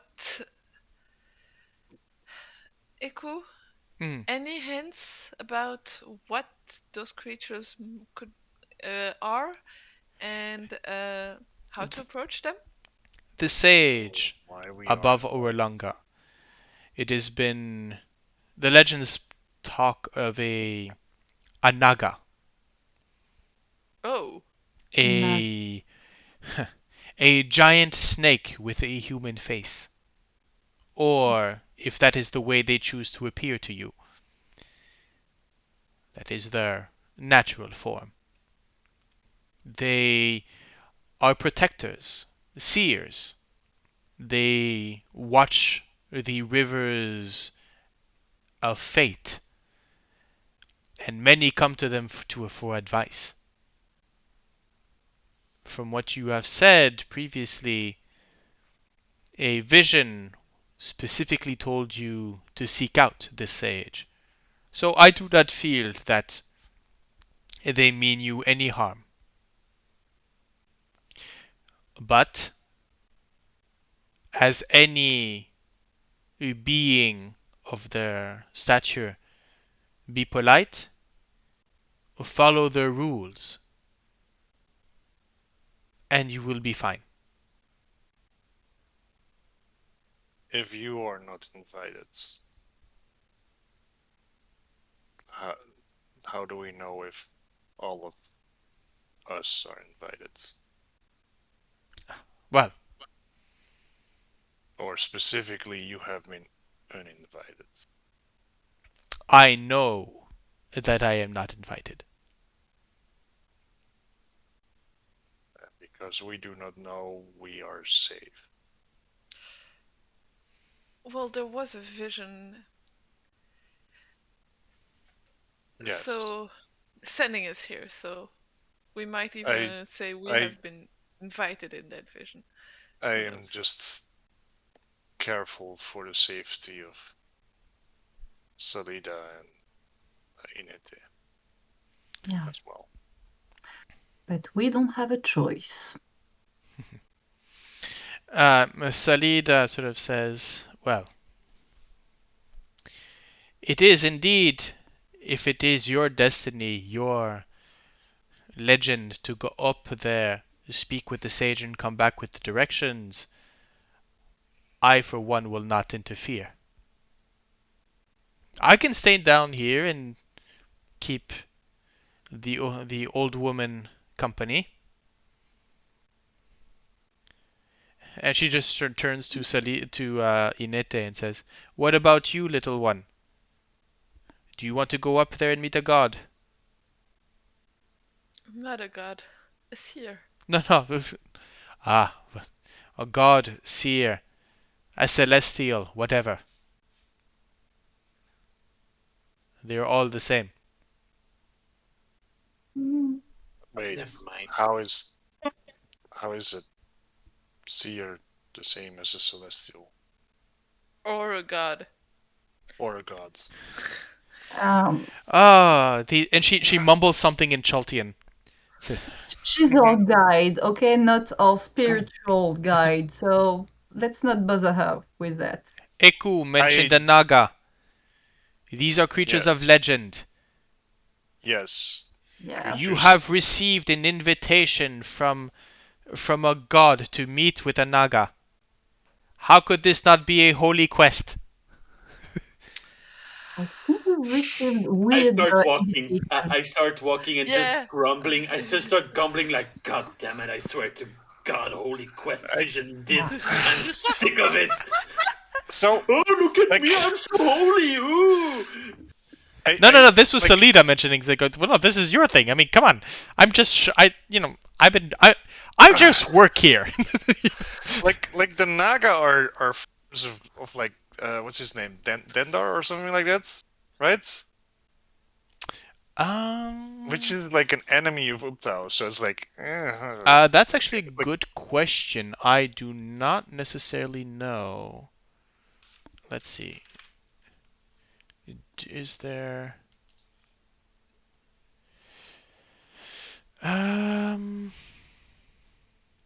Yeah, we have a winged. I mean, this is We have a winged serpent. So a serpent with a human head.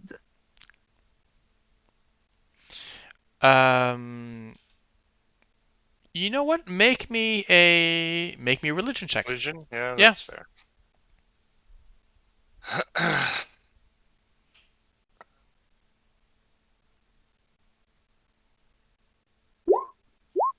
Yeah, pretty decent. Okay. So.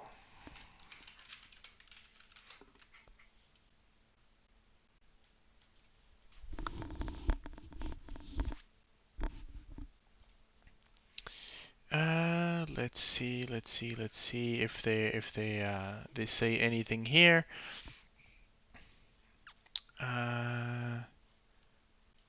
So.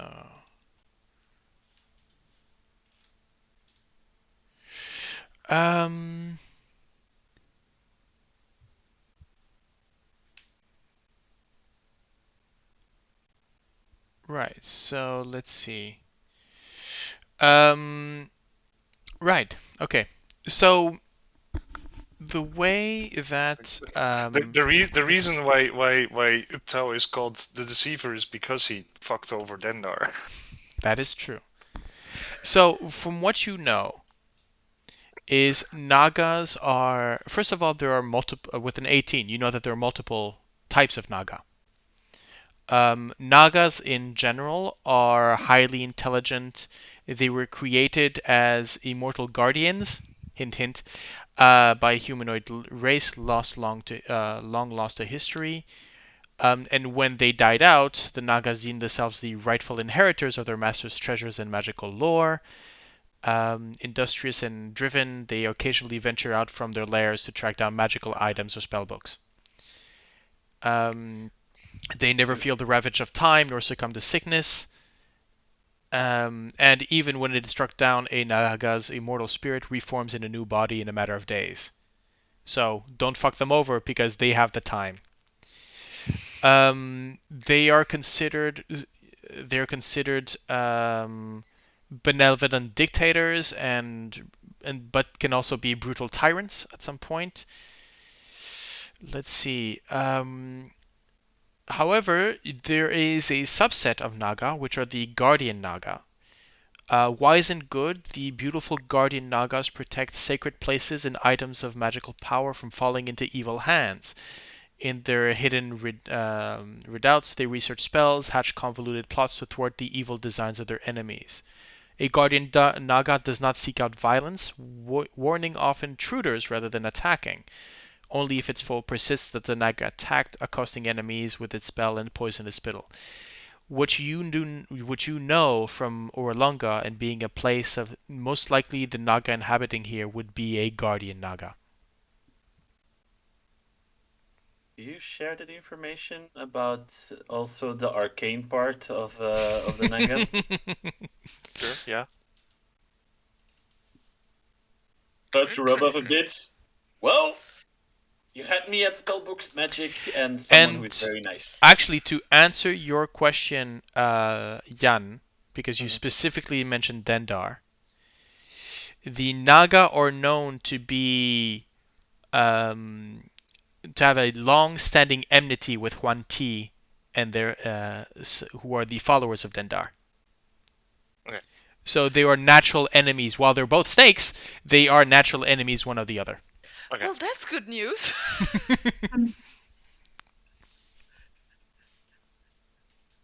Mm. Well, I turn around well, guys. Let's be very polite and very respectful. How do you feel? sounds like a plan. Okay.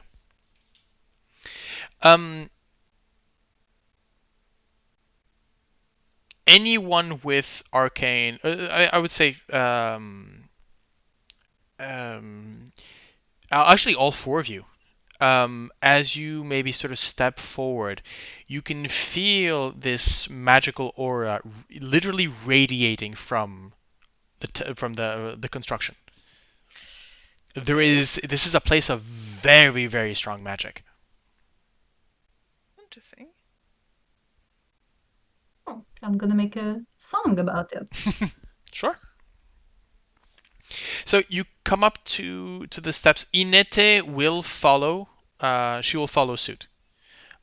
Okay. The so as you come up to the first flight of stairs, you can see that as mentioned before, it is choked with vines, with heavy, almost sinuous vegetation, and underneath the leaves, you do see these very large um, uh, thorns, about maybe almost a finger, almost half a finger long. And you can see that as you look up the stairs, the brush becomes more and more dense as it goes up. So the more we go up, the more Yes. there's vegetation and it's okay.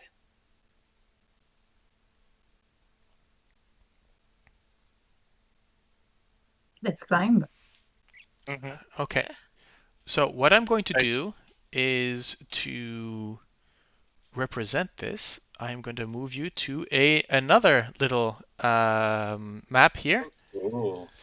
So this is basically to. So I'm going to remove little Salida, pyramids.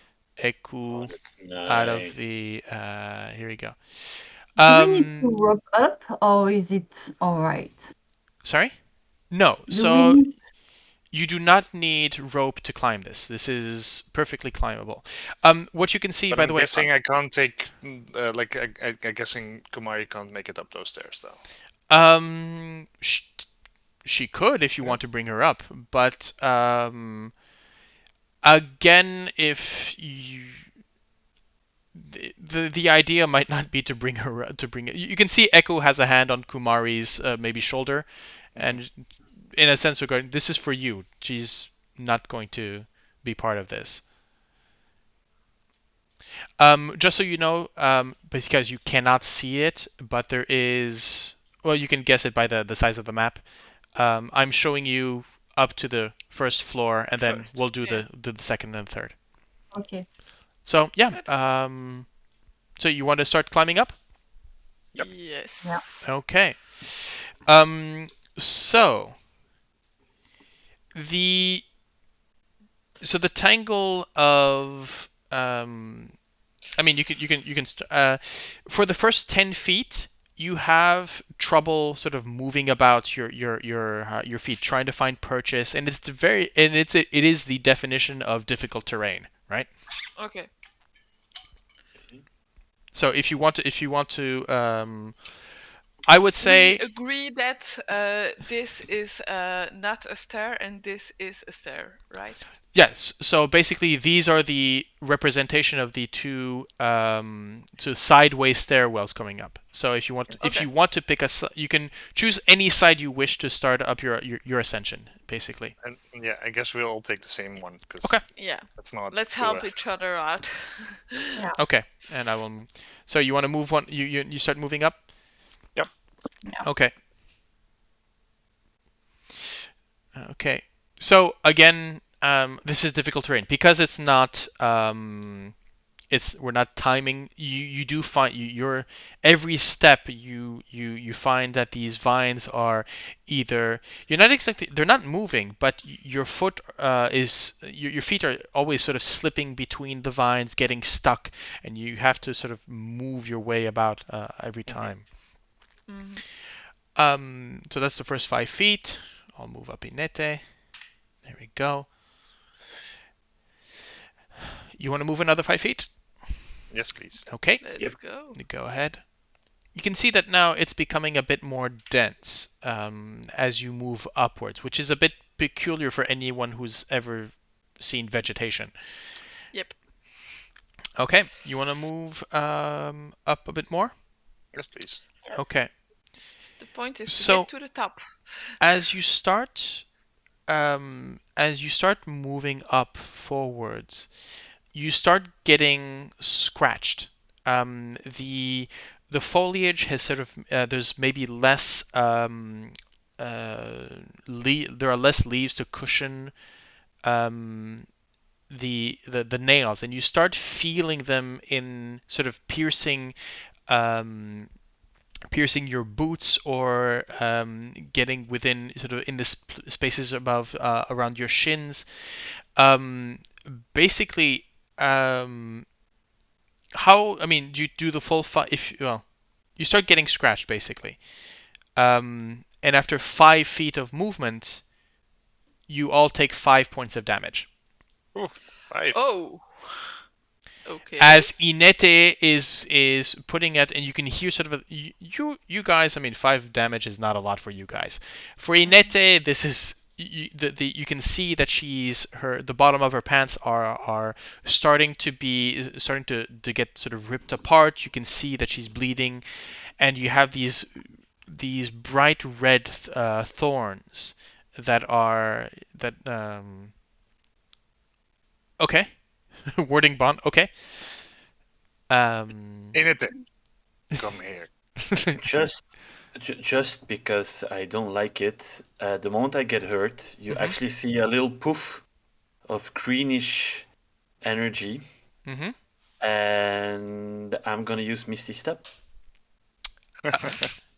You misty step and you find yourself at the base of the tower. I'm Ooh. gonna run here, and I'm gonna wait. What? Base of the tower. I look up at it, and I'm gonna be like, "Oh, come on!" I'm gonna squint.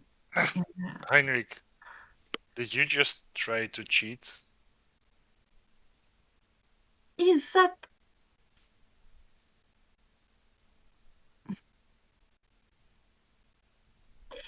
I start to crawl up again, Okay. and well, poop. Interesting. I'm gonna Right. keep my thoughts for myself, but I didn't think Naga were into that, okay? Just saying. Into what? It lands? Never mind. Is moving laterally also causing a problem or not? No. Okay, it's just going up. Yes.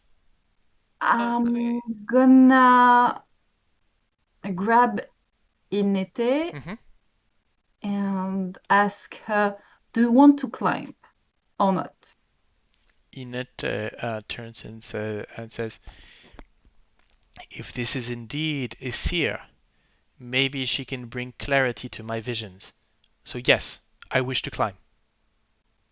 Okay, Let us go. Gale will need healing spells.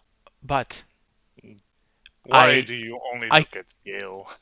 I cannot believe that pilgrims who would come to see her would need to be warriors such as yourself and endure these wounds. There must be This another is way. this Of is course, there just must be another way. this is just the first level. Yes, There's more after this one.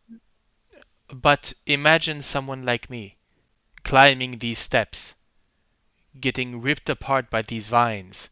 I would not survive to get to the next step. You underestimate yourself.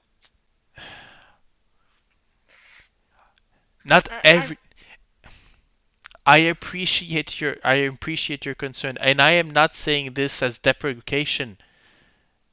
This is not me telling you that I do not feel comfortable or that I do feel strong enough to climb these. What I am saying is this is a test. and we're failing it. Right I now, am we're not. failing it. Vroon keeps going. I am sure that you would be able to, and he goes. Okay. So you did 5 feet. You took 5 damage. You Yep. take another 5 damage. Right. As you go right through, and you can see Oh, actually, here's a good question.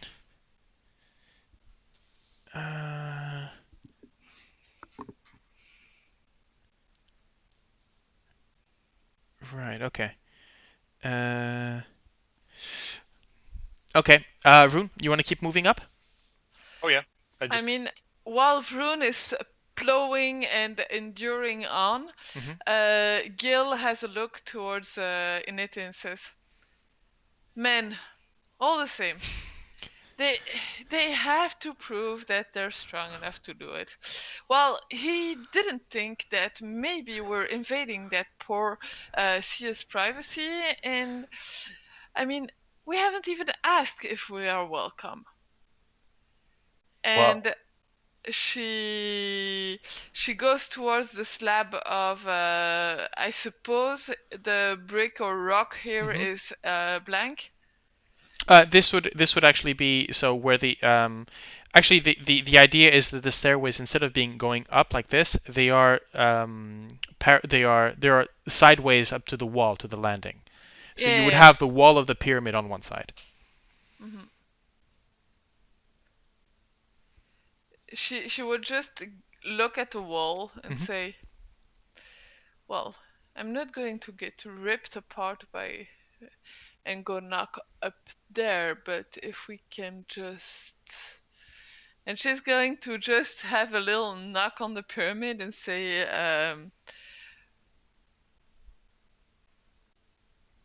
"Great seer, I know we're invading your privacy, but we could really help really use some help. We have been sent here with a vision. Would you allow us to come and see you?" Just out loud. Okay. A bit the way she would. She has a very nonsensical way of praying. I mean, she's praying Valkyr. She learned it on a ship. I mean, she never used great words in her prayers, and there's a bit of the same feeling behind it. It's okay.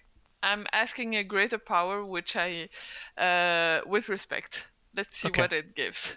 I'll come back to you on that in a second. Let's talk about Vroon. So Vroon, you've taken a total of 10 for now. Yes. Okay. You want to move up another 5 feet? Yep. as you move forward, this time it's almost like hooks that as the spines put in. So now you take 10 you actually no, sorry. Yes, you take 10 damage. All right. You want to keep moving up to the landing? Yeah. Okay. As you push on through, you can see that the spines are. I'm guessing you're wearing your armor because. Oh yes. Yeah. The thing is, these are every single nook and cranny where the armor joints meet. These spines sort of slip in and start slashing at you. You take another 15 damage and you get to the landing.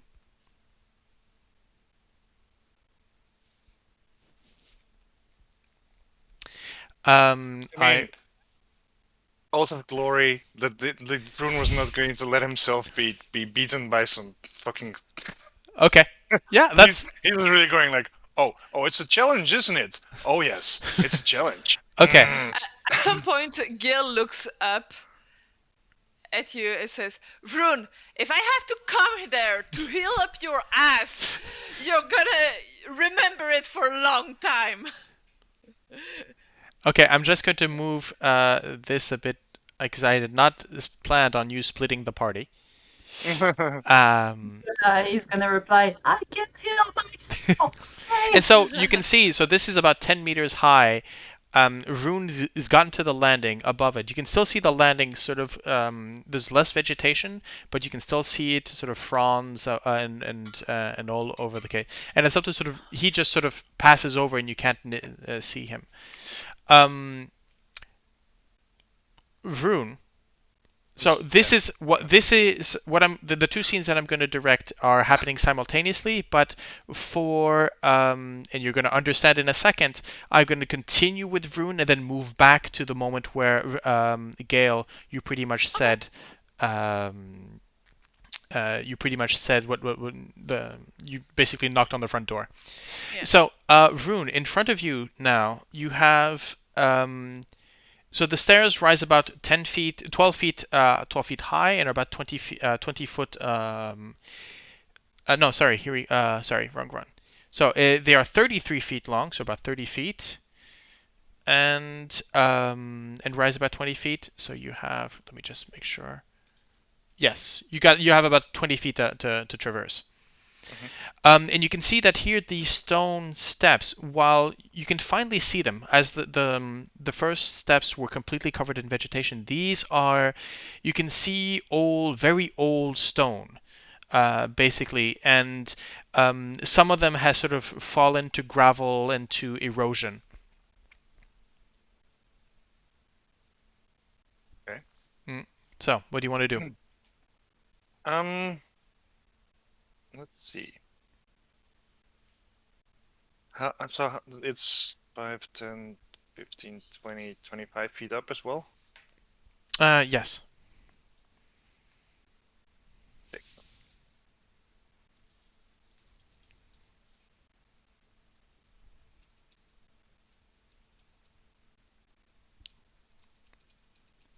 What do you do?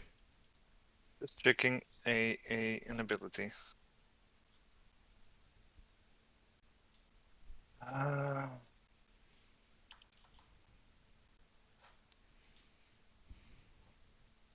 Okay. There's and it just needs to check some things. Okay. You know what? I'll move to the others then. Yeah. Okay. Actually, while you do that, do you think I'll come and get you later, but do you think you could move yourself into the private one? I just don't want. Oh. Yes. Okay. Thank you. We'll be right back with you. Don't worry. Okay. So now that we're alone, the Gale, as you turn towards and you sort of knocking, there's a small. You notice that the. Actually, I'm going to move Heinrich back. So Heinrich, what are you doing?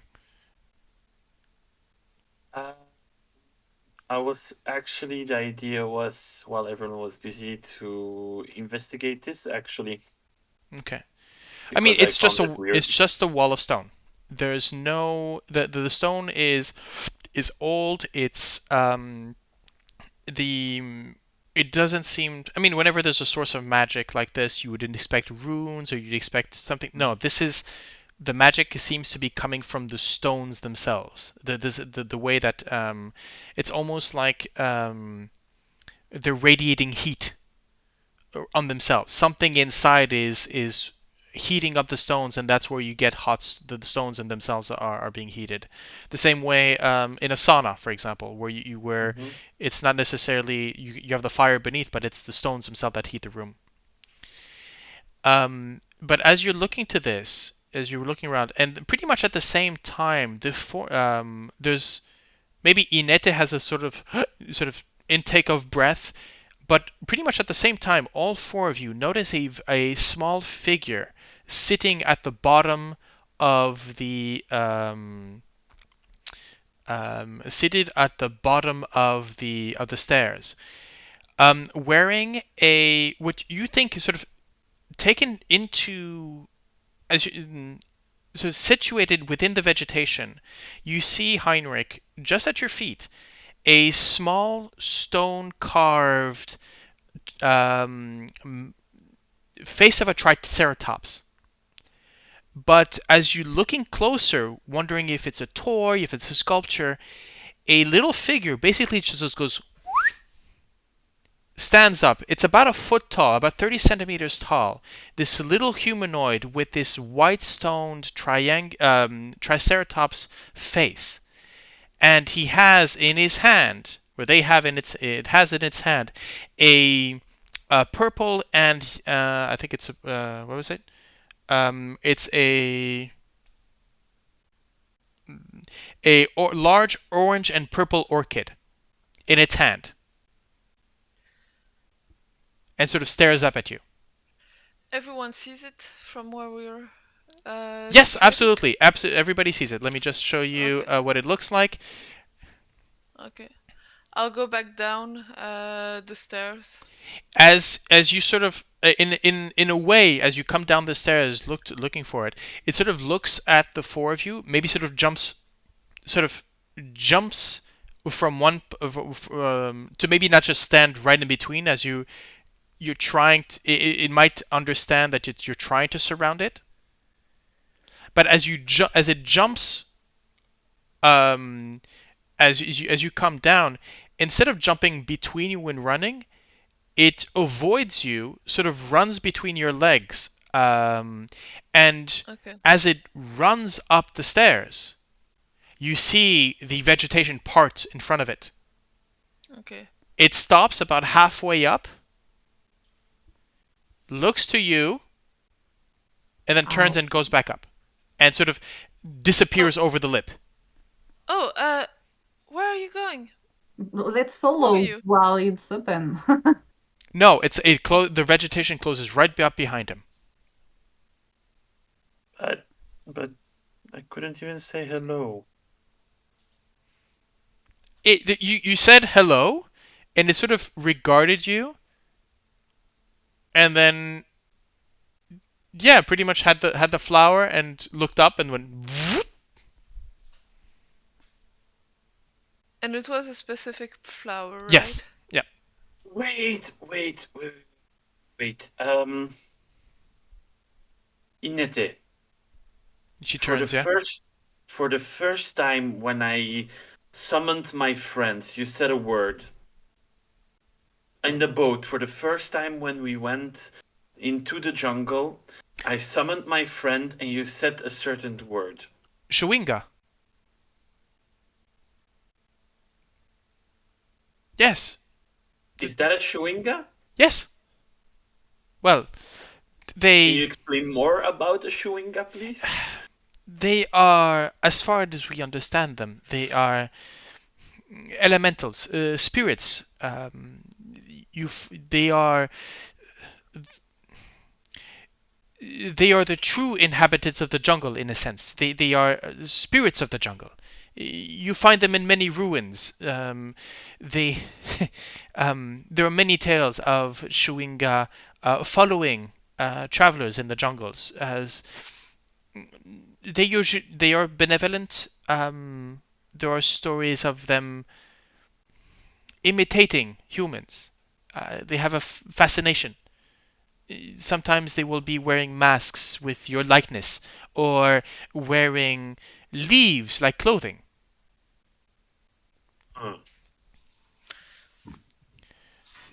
And usually they are found in places. Well, they are found anywhere, but mostly in old ruins like this one. I am not surprised to see it. But I was surprised when he popped up. But it is normal for Shuinga to be in this around this place. Okay. The ruins of Mesro are rumored to be full of them.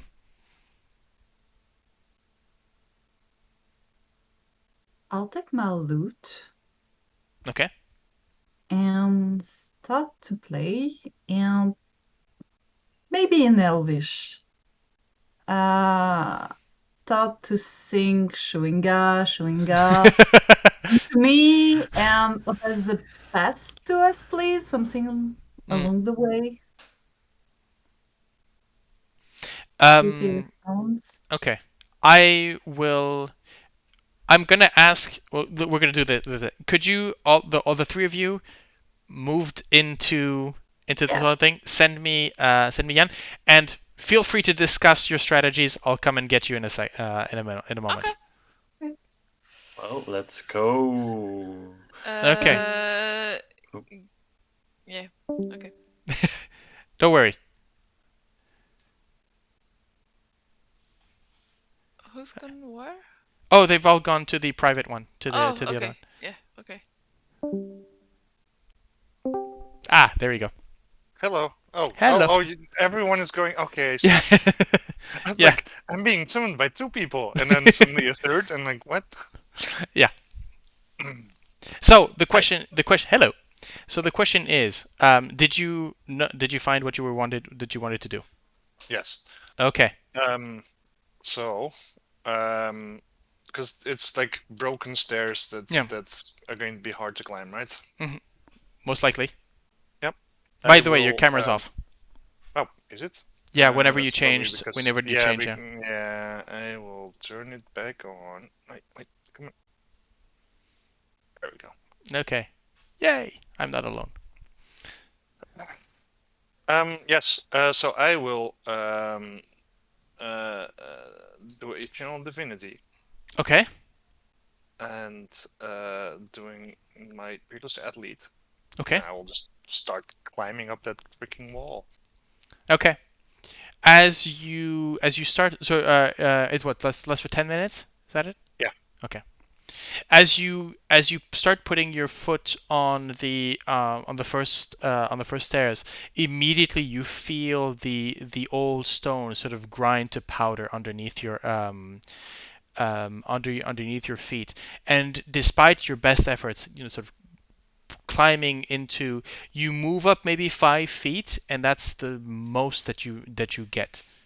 It's not even like, because like I do have I know. the gloves, but the gloves of climbing, and yeah, you do have the gloves of climbing, and so you're expecting, and and whatever it's like climbing a sand dune. Whenever you manage to get something, the grip itself sort of slips underneath, and you fall, and you keep falling. You might get maybe up 10, maybe 11 feet, but every time you just slide right back down. Sadly, I don't think I can make it all the way up with a jump. You want to try? I mean, I think Vroon is stubborn enough to try. Okay. Yeah. Yeah.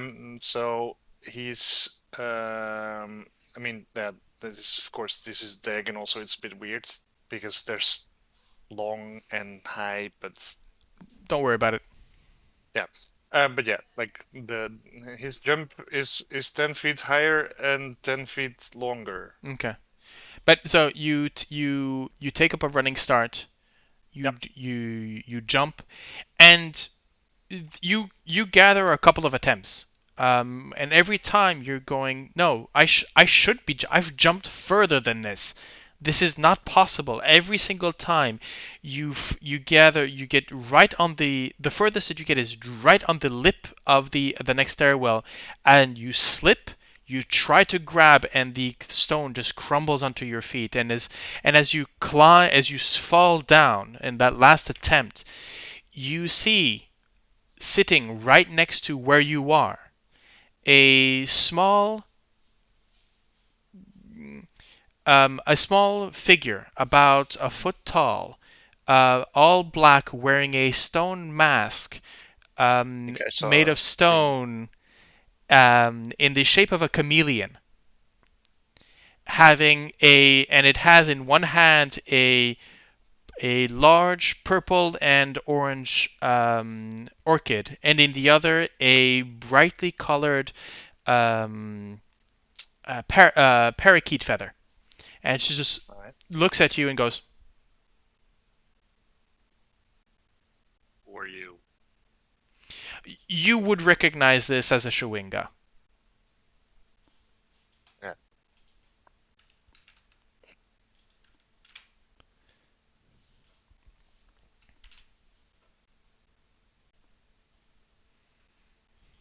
So you would know these to be sort of little elementals, little sort of sprites that you see a bit all over. Usually where there are old ruins, and they seem to have a fascination with humanoids. And this one very much is sort of looking at you with these two things, and you see it very nimbly sort of jumps up, turns around, sort of hops around you, and holding both items and sort of almost flapping like a bird, jumps on one of the steps, jumps to the next, and hops all the way up. And it had a flower. It had a flower. It had an orange and purple orchid and a red parrot feather.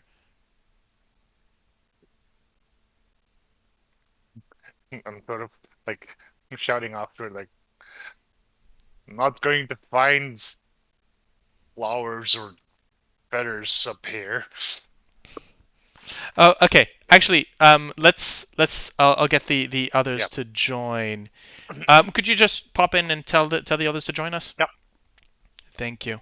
You'll be all by yourself. Well, that's the curse of the GM, I guess. Yeah. Ah.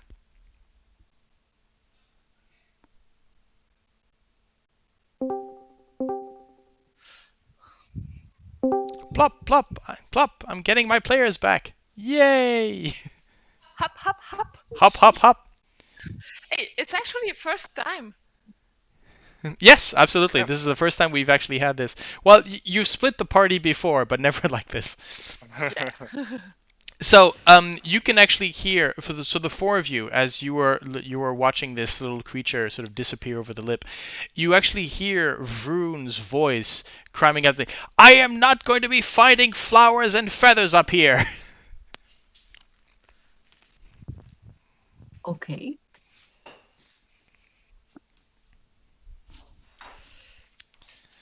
Huh. Can you just quickly repeat what Vroon said? Basically, Not going to be finding flowers and feathers up here.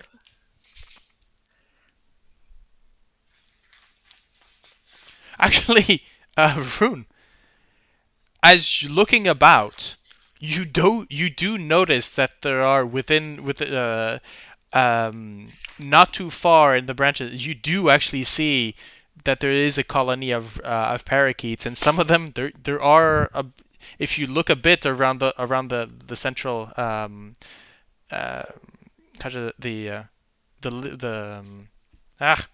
yes, you can't find actually feathers. Not doesn't take you too long.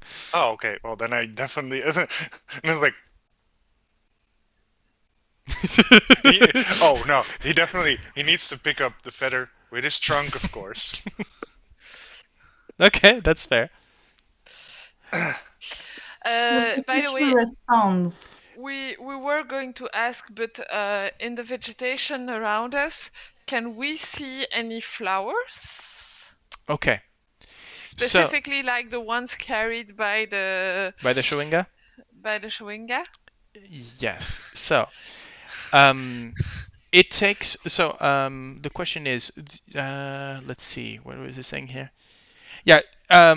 There is at least one person proficient with the nature skill within you, among you. So, Is there? is there somebody? I have a +5. Well, I'm proficient in everything. Half proficient here. But That is true.